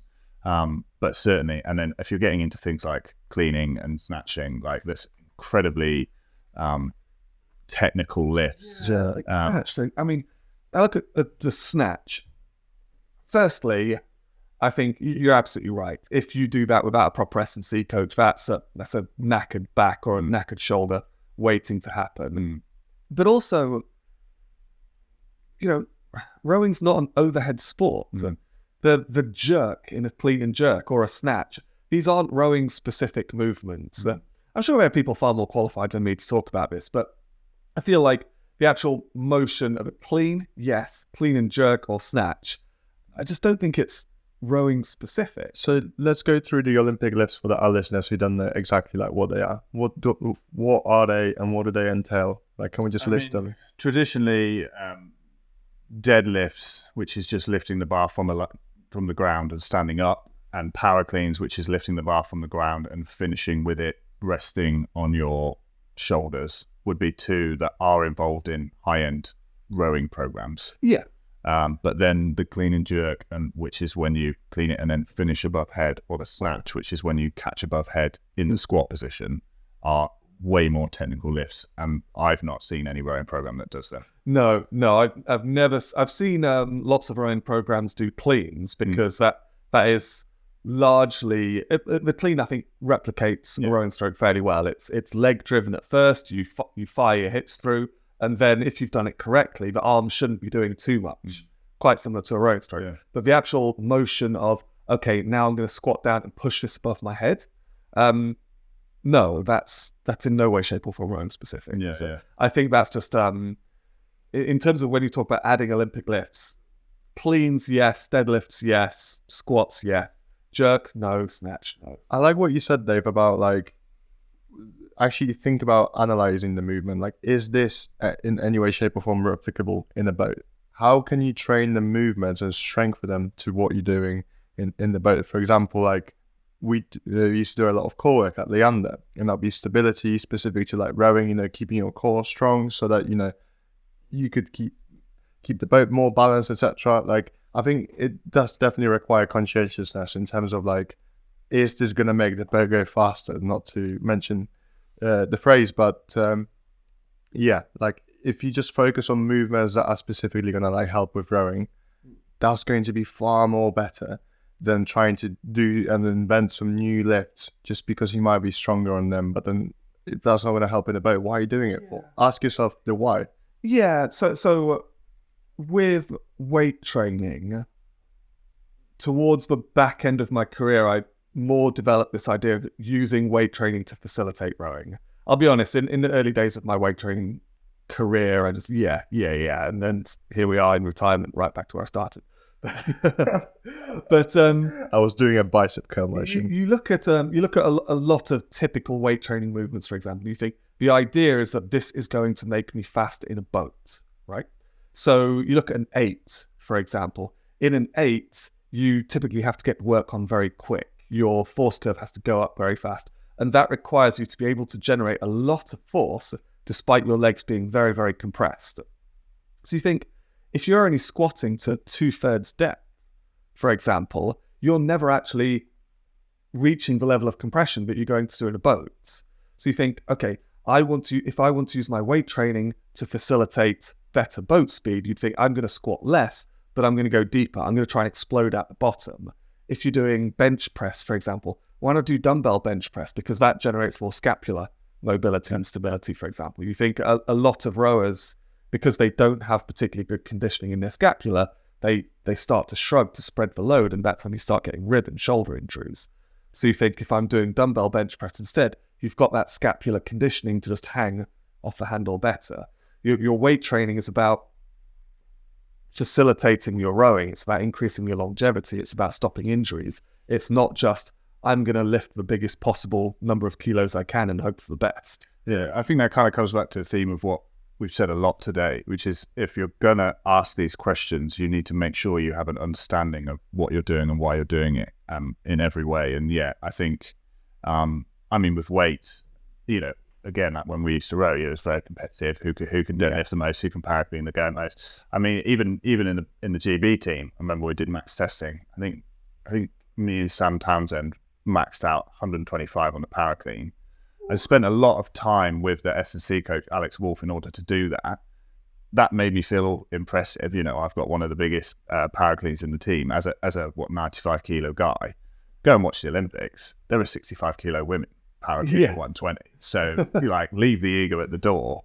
And that also, I think, proves like just how incredibly technical that lift is. That if women or men of so much lighter than me can be lifting those kind of numbers, you then need to go back and ask yourself exactly what you're saying. The question: why am I doing this? Am I doing this just to have the ego or the benefit of being like I can lift the most, or actually like what is the purpose? What's the point of it? And asking questions and understanding it's like so important for progression. Yeah, absolutely. Particularly, I definitely see this more with male rowers than female rowers but weight training does turn into a bit of a dick swinging contest a lot of the time. Everybody just wants to lift the most weight, and that's when you start to see rubbish form starting to creep in. And it's ultimately, particularly for someone like myself, 7 inches shorter than you, I need to be really challenging the absolute extra amount of my range when I'm in the boat. I need to be very strong in a very stretched out position at the front end that perhaps you might not. Yeah. But one of the things we worked on quite a lot of me at Cambridge was actually getting me comfortable around the catch, getting me out to the front end and still being able to generate force. Because if you're never actually going through a full range of motion, how are you going to generate force when you do have to roll on? Yeah. You're not. So as a coach, I think it's important that you actually ensure that athletes can know the link between everything they do in training. How does that translate to the goals that have been defined? Completely. There's so much more to lifting weight than just the number of what you're doing. Like, how efficient are you? What's your range of motion? How much time are you spending under tension? I mean, I got to give credit to Carl Reed, who's just like completely from my junior years at Leander, put me onto the biomechanical aspect of actually like think about what you're doing. Like, do you need to bench press 90 kilos, or can you do the same amount of work with 60 kilos and just do a few more reps, or do them slower, or like, are you working the negative? Things like that. I love when we did a couple of sessions with Carl Reed, and he's like, well, I think it was like the high water, we couldn't go out on the river. We'd already done an erg. So I was like, oh, we're going to do a weight session. Oh, let's get the weights on. And Carl was like, no, everyone pick up a broomstick. I'm going to fuck you up with a broomstick. And then you would just hold it above and do squats and movements, and like, you don't need any weight. I think also interesting what you said is about understanding, coaching the athletes in front of you. Because for me, there was a couple of years at Leander where it actually talked about bringing my range down because I can get out around the pin further than other people, yet be in a weaker position, actually take that range down a little bit, find that stronger rhythm, and like find that stronger position to build from. Yeah. And that's like the key to like making sure that you're not just, oh, everyone's going to reach out as far as they possibly can. Yeah. Like, so CBC, Rob, they're very good at actually conveying what they wanted technically from you. And they said, okay, one of our key things was around the catch, we want you connecting 58 degrees around the front of the pin instead. And for someone like Natan, for example, who's 6'9" and a 12-meter arm span, that's no issues at all. He can do that at 3/4 slide. But for someone like me, I would turn up and because I was a bulky bastard at the time I turned up at CBC, I wasn't able to get anywhere near that. Never mind get there and still be able to generate force. So for me, it was good to have that metric. I needed to be getting connected 58 degrees in front of the pin. And I've got some picture. I'll show it to you afterwards. But there's a picture of Molesy Dave, who's like 94 kilos and like bicep vein can be seen from space, versus Cambridge Dave, who's like way lighter, but he's just so far around the pin. He's rowing about 15 degrees longer for no extra effort at all. He's capable of generating far more boat speed. So yeah, as a coach, because we actually had some data. We were a very data-driven team back there. Actually having the metric as to we want you getting this far out in front of the pin, that was really important. Very good. Yeah, Steely Trapmore was quite big on it as well. You might not like me saying this, but we were big on RP3s. while we were down there. So I like RP3s as well. It's a great tool. I'm going to cut this out. We would we would pre-program the force curves in RP3. So I'd say, okay, I want you rowing 150 centimeters. I want your peak force to be whatever it was. Peak force has to be, I think, 40% of the way through the drive phase. And so we would basically have a force curve pre-programmed in. We would try and align our force curve with that. But 150 centimeters, that's actually quite a long stroke when you think about it. So for someone like me, I had to work very hard to be able to get out to that sort of range, whereas some of the other guys didn't. So it's nice to actually have some sense of it. Yeah, definitely. I mean, it's a tactic as well that I've had as a coach, and I've used as a coach as well with a concept 2 on the monitor. I would just use like a whiteboard marker pen and draw the force curve on the screen and have them try and match it. So if you don't have an RP3, it's another way to do it on a concept 2. I'm gonna have a nourishment. I've been staring at these. Do you want the strawberry one? No, you have the strawberry one. I won't deprive you of that. I love the strawberry. Yeah. Awesome. I guess one sort of last thing from that then, which is tips for going sub 6. You're going to talk about that. Yeah, you were talking, Dave. You spoke about earlier before we switched on to our previous point about actually supporting your athletes in goals that they might not think that they're capable of achieving, or sometimes just because it takes a really long time, it doesn't mean that you should give up or anything like this. Like, when did you actually go sub 6 in your career, and what did that trajectory of improvement look like for you? Like, for example, when you first joined Leander when you were in your about 20? Yeah. And then when did you go sub 6? So I went sub 6 in 2017. That was GB trials in October of that year. And I'd sort of come on and off the boil a little bit throughout my own career and all that. I joined Leander, and I think our Thames Cup year, I went something like 6:05. Really? Yeah. Wow. I was like 6:13. Yeah. We were fairly fair as a crew. But then when I left Leander, I kind of came off the boil a little bit and only started to get properly back into things at Molsey. Okay. Which was? So I rejoined Molsey I joined Molsey for the first time in 2013, and it started to come back down fairly quickly.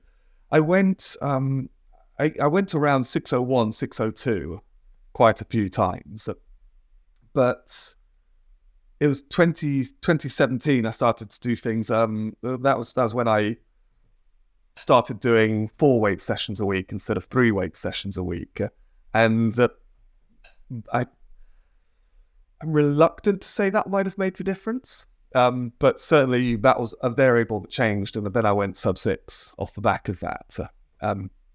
So yeah, in terms of going sub 6, me personally,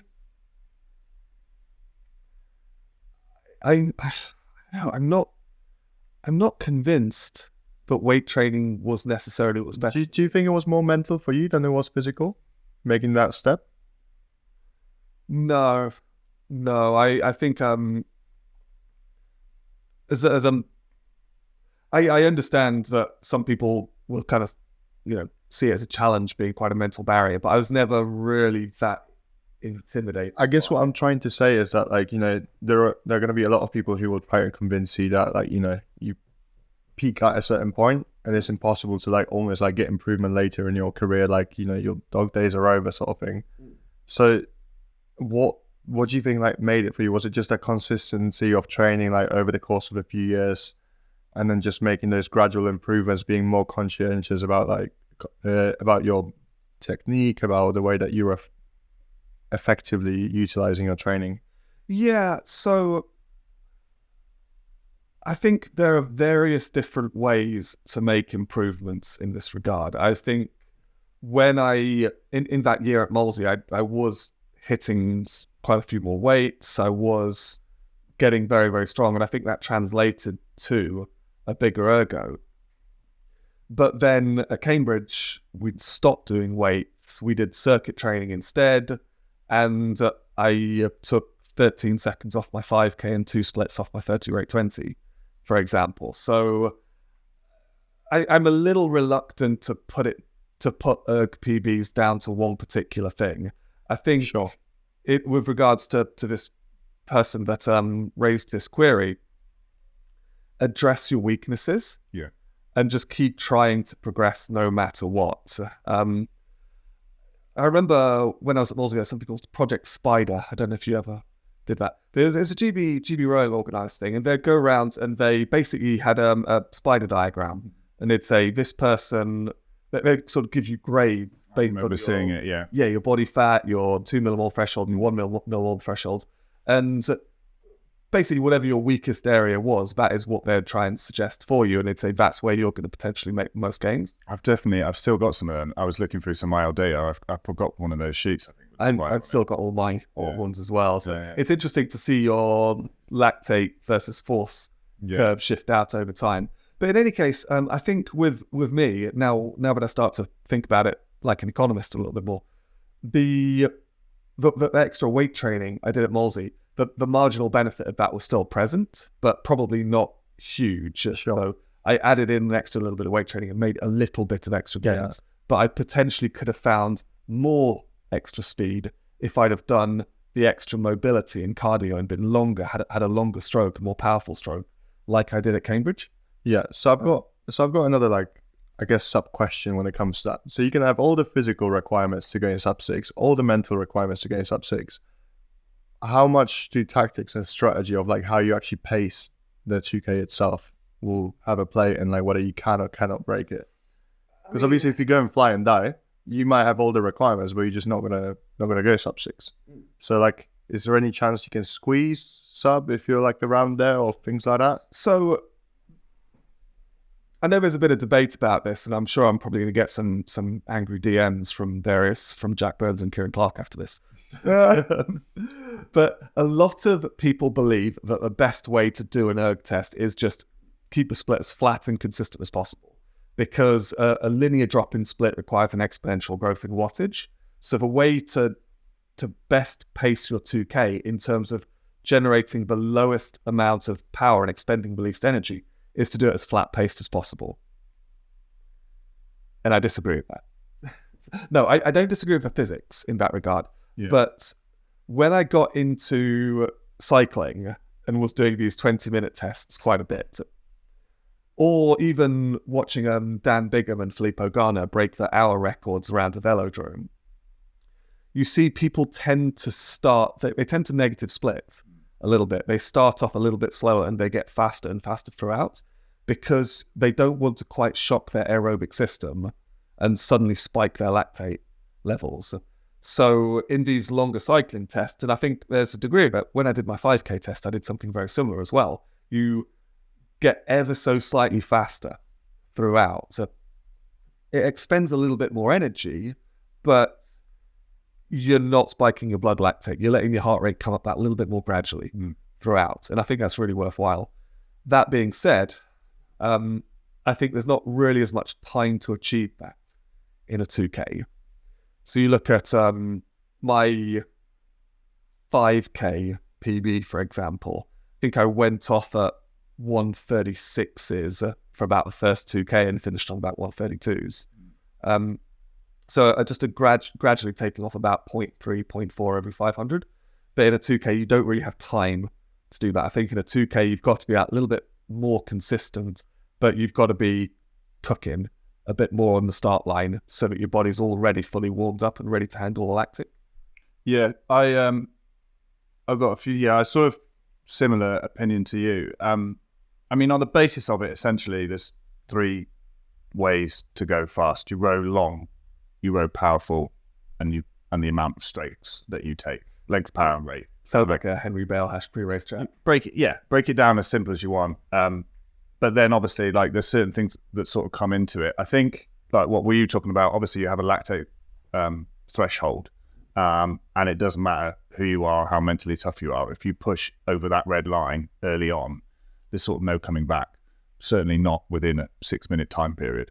And I probably, I mean, everyone has, go off too hard. Your first 250 is not for free. And even though it feels great, I think now, well, most people know, and they'll get told within 5 to 10 strokes you want to be on whatever your target split is for that first K.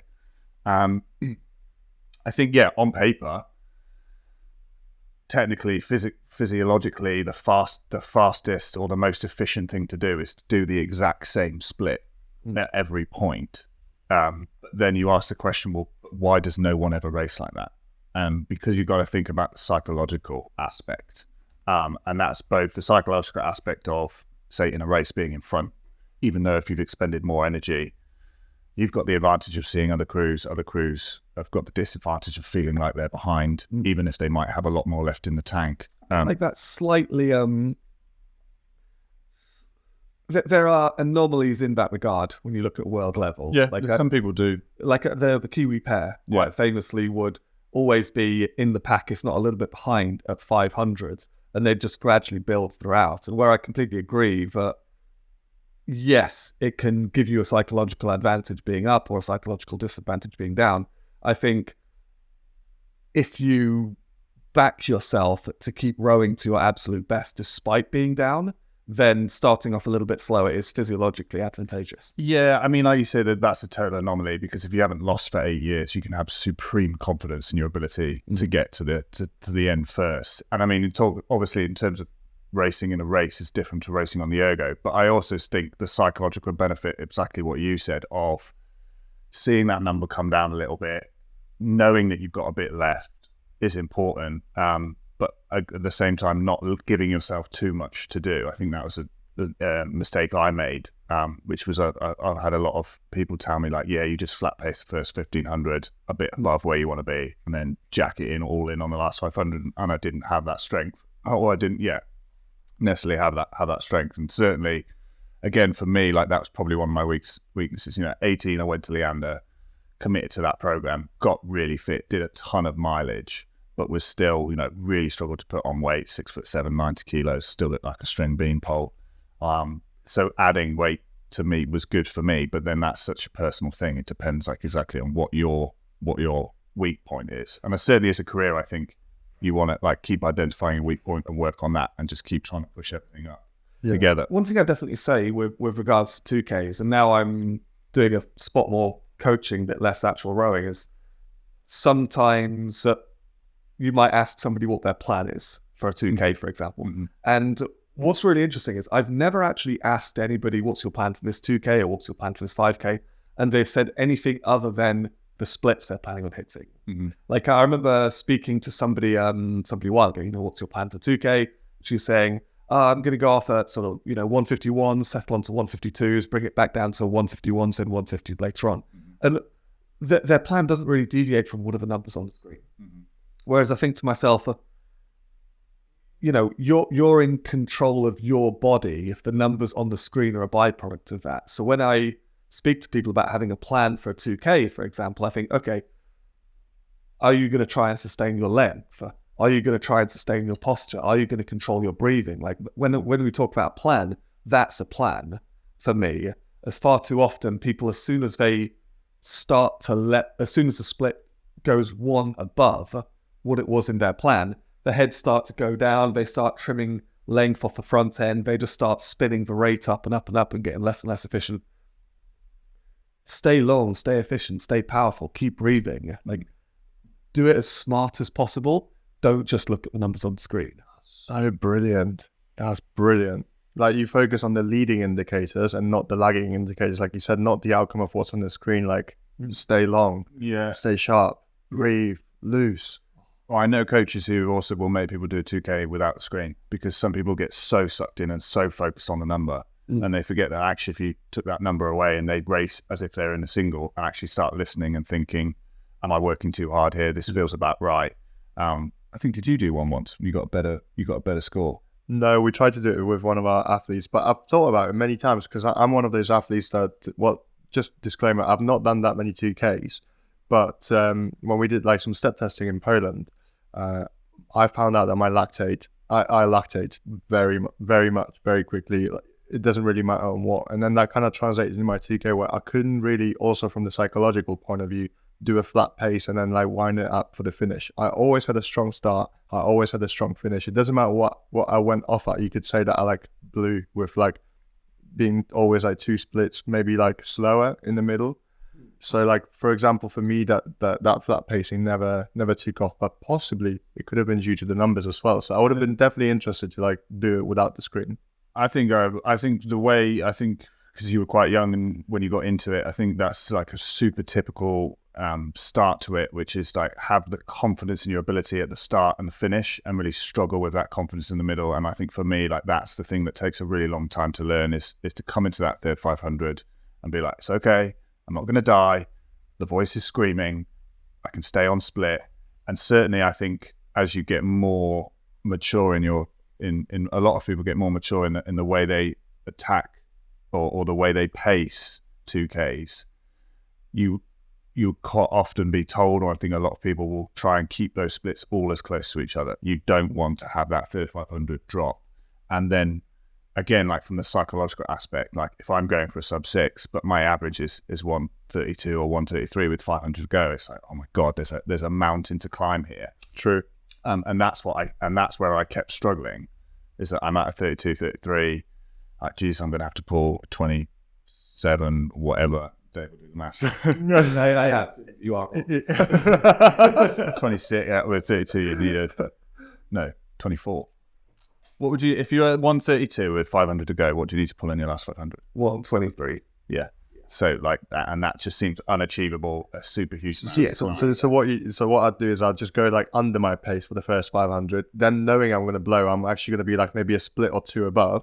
And then in the last 500, I would switch the Polish rowing power source, which is my guns. Without being too mean, I think that was the problem. You were anticipating struggling through the middle, and you didn't have the confidence in your fitness and your ability in order to stay on pace. I think that's 100% right. I just needed to do more 2Ks, and eventually that would have leveled out. I find it interesting because, people do a lot of prep for 2Ks, and quite often people might do like a 1K out the blocks, and they'll absolutely sail under what their target 2K split is, and they'll come away and like, oh yeah, I feel absolutely fantastic. That was so good. I'm really on for something big here.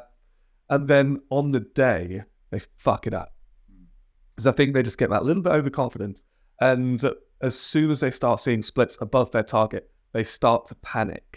And that's when they start to shorten up. That's when they lose control of their breathing. And as soon as you start doing that, it just becomes, you get in this inefficient spiral. You just get shorter and shorter and start rating higher and higher. Whereas you think your body is capable of it. And as soon as you're not anticipating that pain building, as soon as you're not worried about whether or not you're going to blow, you just row so much better and more efficiently. And I think a lot of people see that in their prep work when they just sail through these first 1Ks. If you're doing a 1K prep at 129 and then you go through the first 1K of your 2K at 131 and you're blowing, well, it's all in your head. It's interesting. Do you remember Sam Locke? Yeah.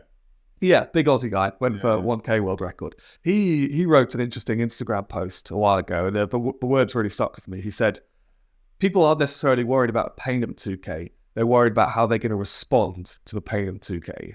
Because you find out, like, are you going to respond positively and strong and efficiently to this or not?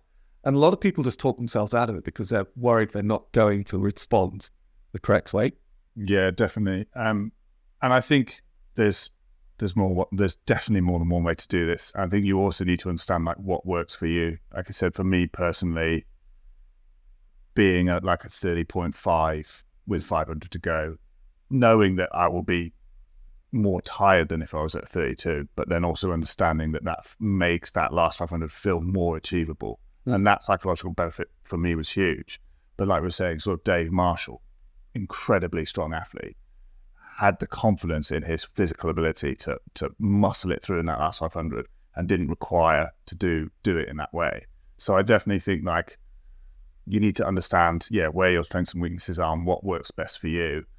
I made the mistake of probably listening to other people's tactics a little bit too much and not understanding that the way I wanted to row it was a bit different.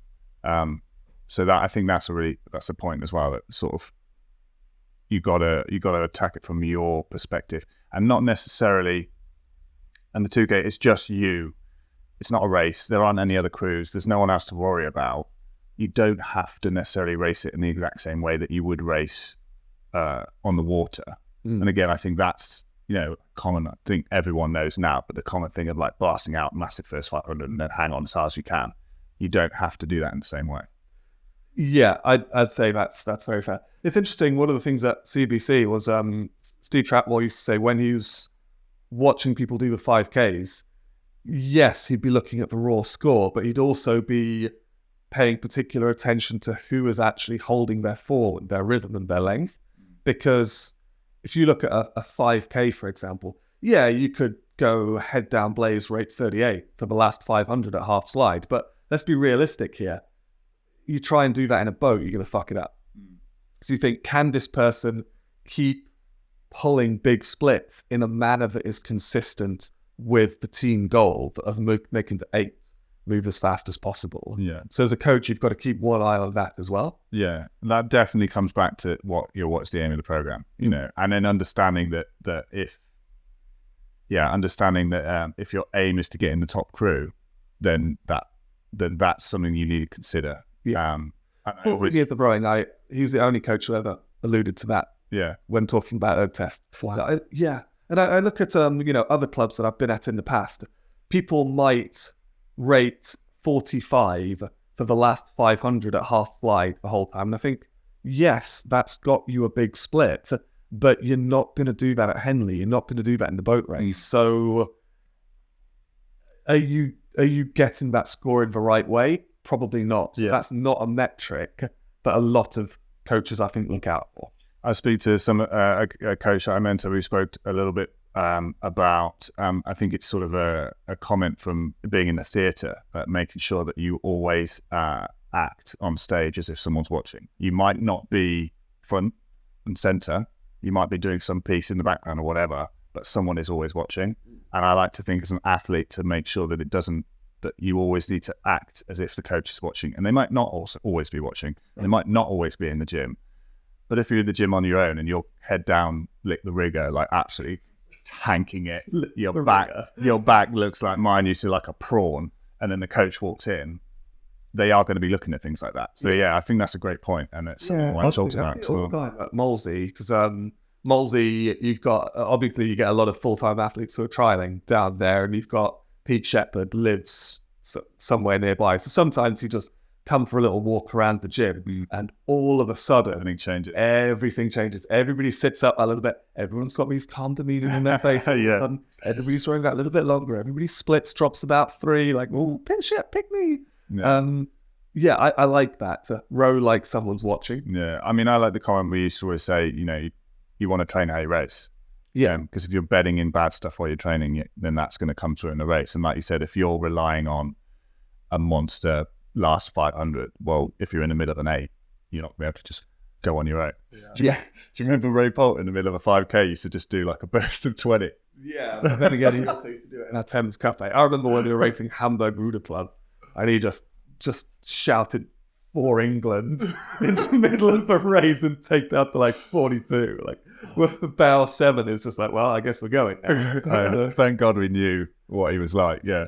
Ray's gone. That's fun.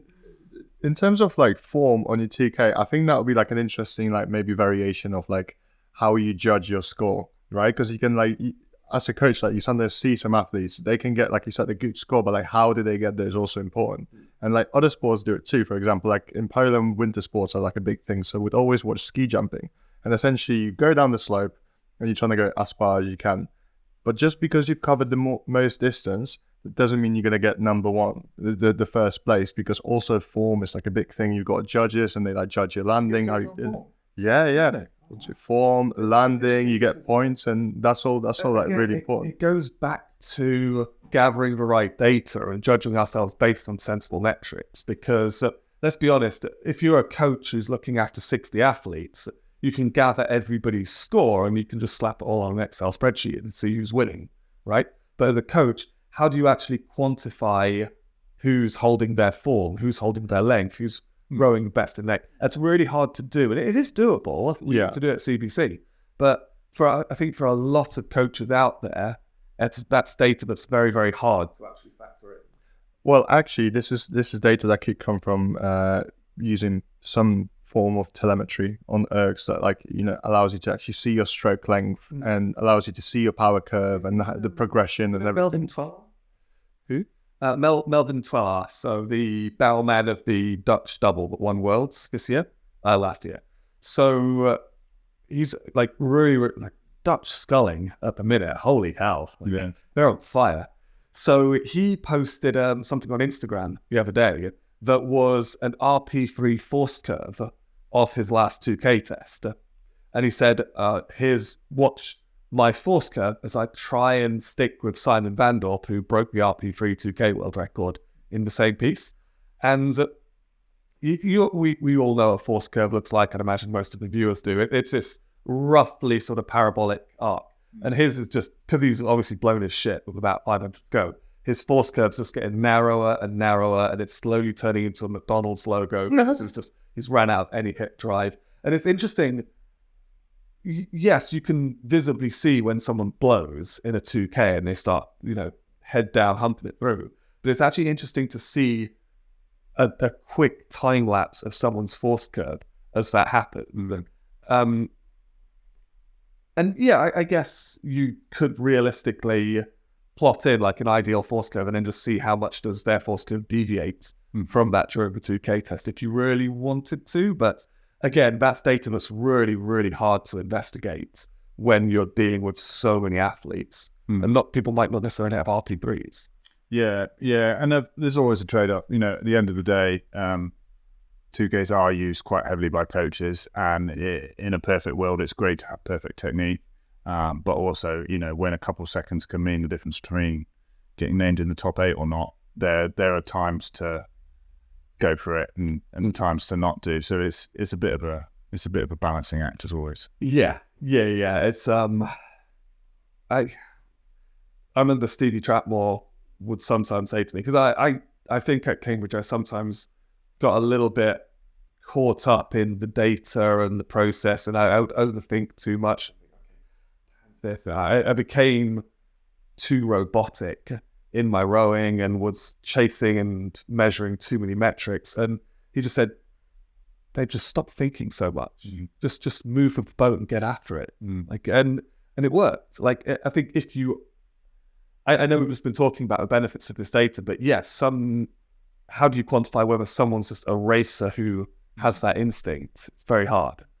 We talk about telemetry, for example. I was of this view at CBC, and quite a few of the guys were, that telemetry is really good for measuring force against the gate, and you can establish your length, you can overlay your force curves, put an accelerometer on it, it's all great. But it doesn't tell you the mass of the person doing it, doesn't tell you how they're moving in time, doesn't tell you whether they're sitting the boat. So telemetry is a really good coaching tool, but I think it's a little misguided to think it's a selection tool. Sure. Yeah, I agree, definitely. So just to finish that point then, I guess, again, we've mentioned both the names, but I think Jack Burns and Kieran Clark, again, on Instagram, got some really nice, bite-sized bits of data, a lot of stuff to do with 2K stuff. So I think that's really good. But just for break it down a few 3 to 5 bullet points, if you were to give them on sub 6, or just in terms of maximizing your potential on your 2K. Oh, wow. Okay. Put me a smidge on the spot here. I mean, I'll say, So for me, getting on pace as soon as possible. The first 250 is not free. Yeah.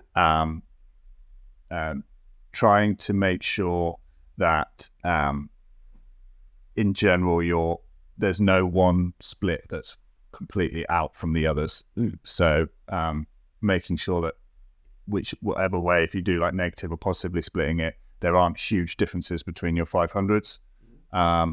Understand what works best for you, not necessarily just finish following someone else's program or how they would do it. I think one that's sometimes a little bit overlooked, proper warm-up. Oh, yeah. It's unbelievable how many people do not do enough of a warm-up. before they start 2K, and they start cold.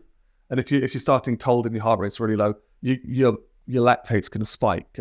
I remember something I was always taught to do was that 17 minutes before you start, you do a 1 minute on pace. And a lot of people will probably think, I can't do a 1 minute on 2K pace because then I'll be tired for the 2K.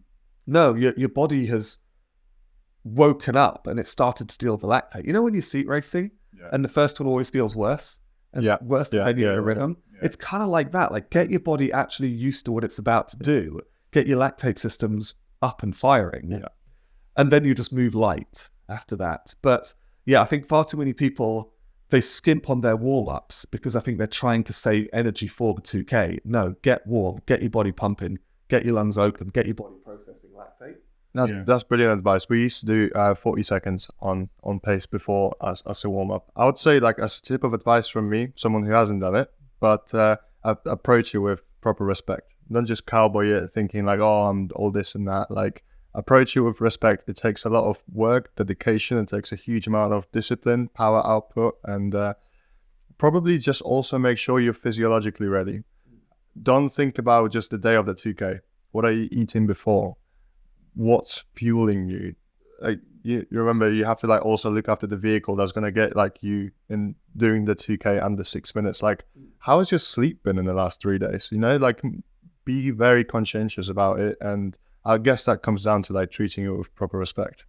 For me as well, I think a lot of people, 2K tests won't be done early in the morning. They might be done late mornings on the weekends, or certainly a lot of people will be doing them in the evenings after school or uni or whatever. I would also try and do something in the morning and try and get myself worked out. I wouldn't wait for the first bit of my exercise to be an hour or half an hour before I went and did the test. That's something I never quite liked about GB trials, is that you're kind of at the mercy of Shep as to what time your 2K is going to be.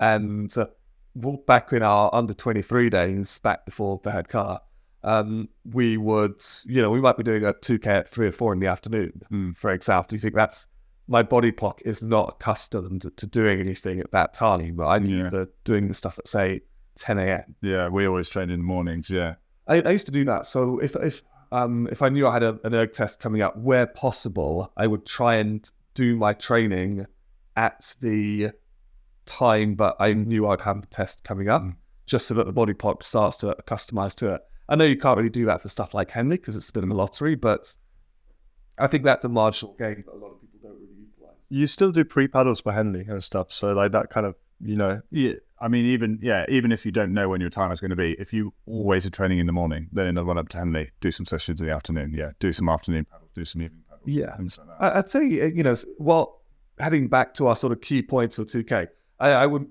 really reiterate the importance of actually keeping your plan with regards to how you're going to hit the split and not just saying it's split.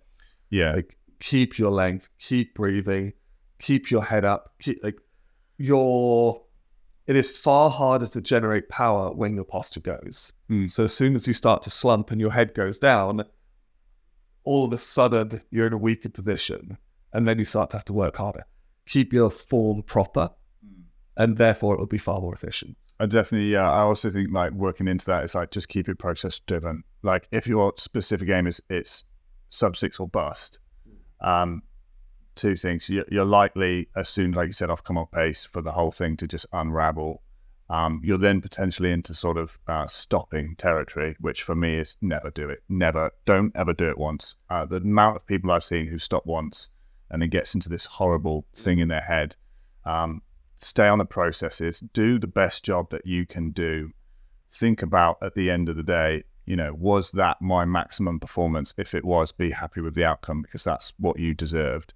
If you get to the point where, you manage to sneak it under sub 6, fantastic. Obviously that's great if that's your aim, but just because you don't do sub 6 doesn't mean you haven't done great training, you haven't made any gains.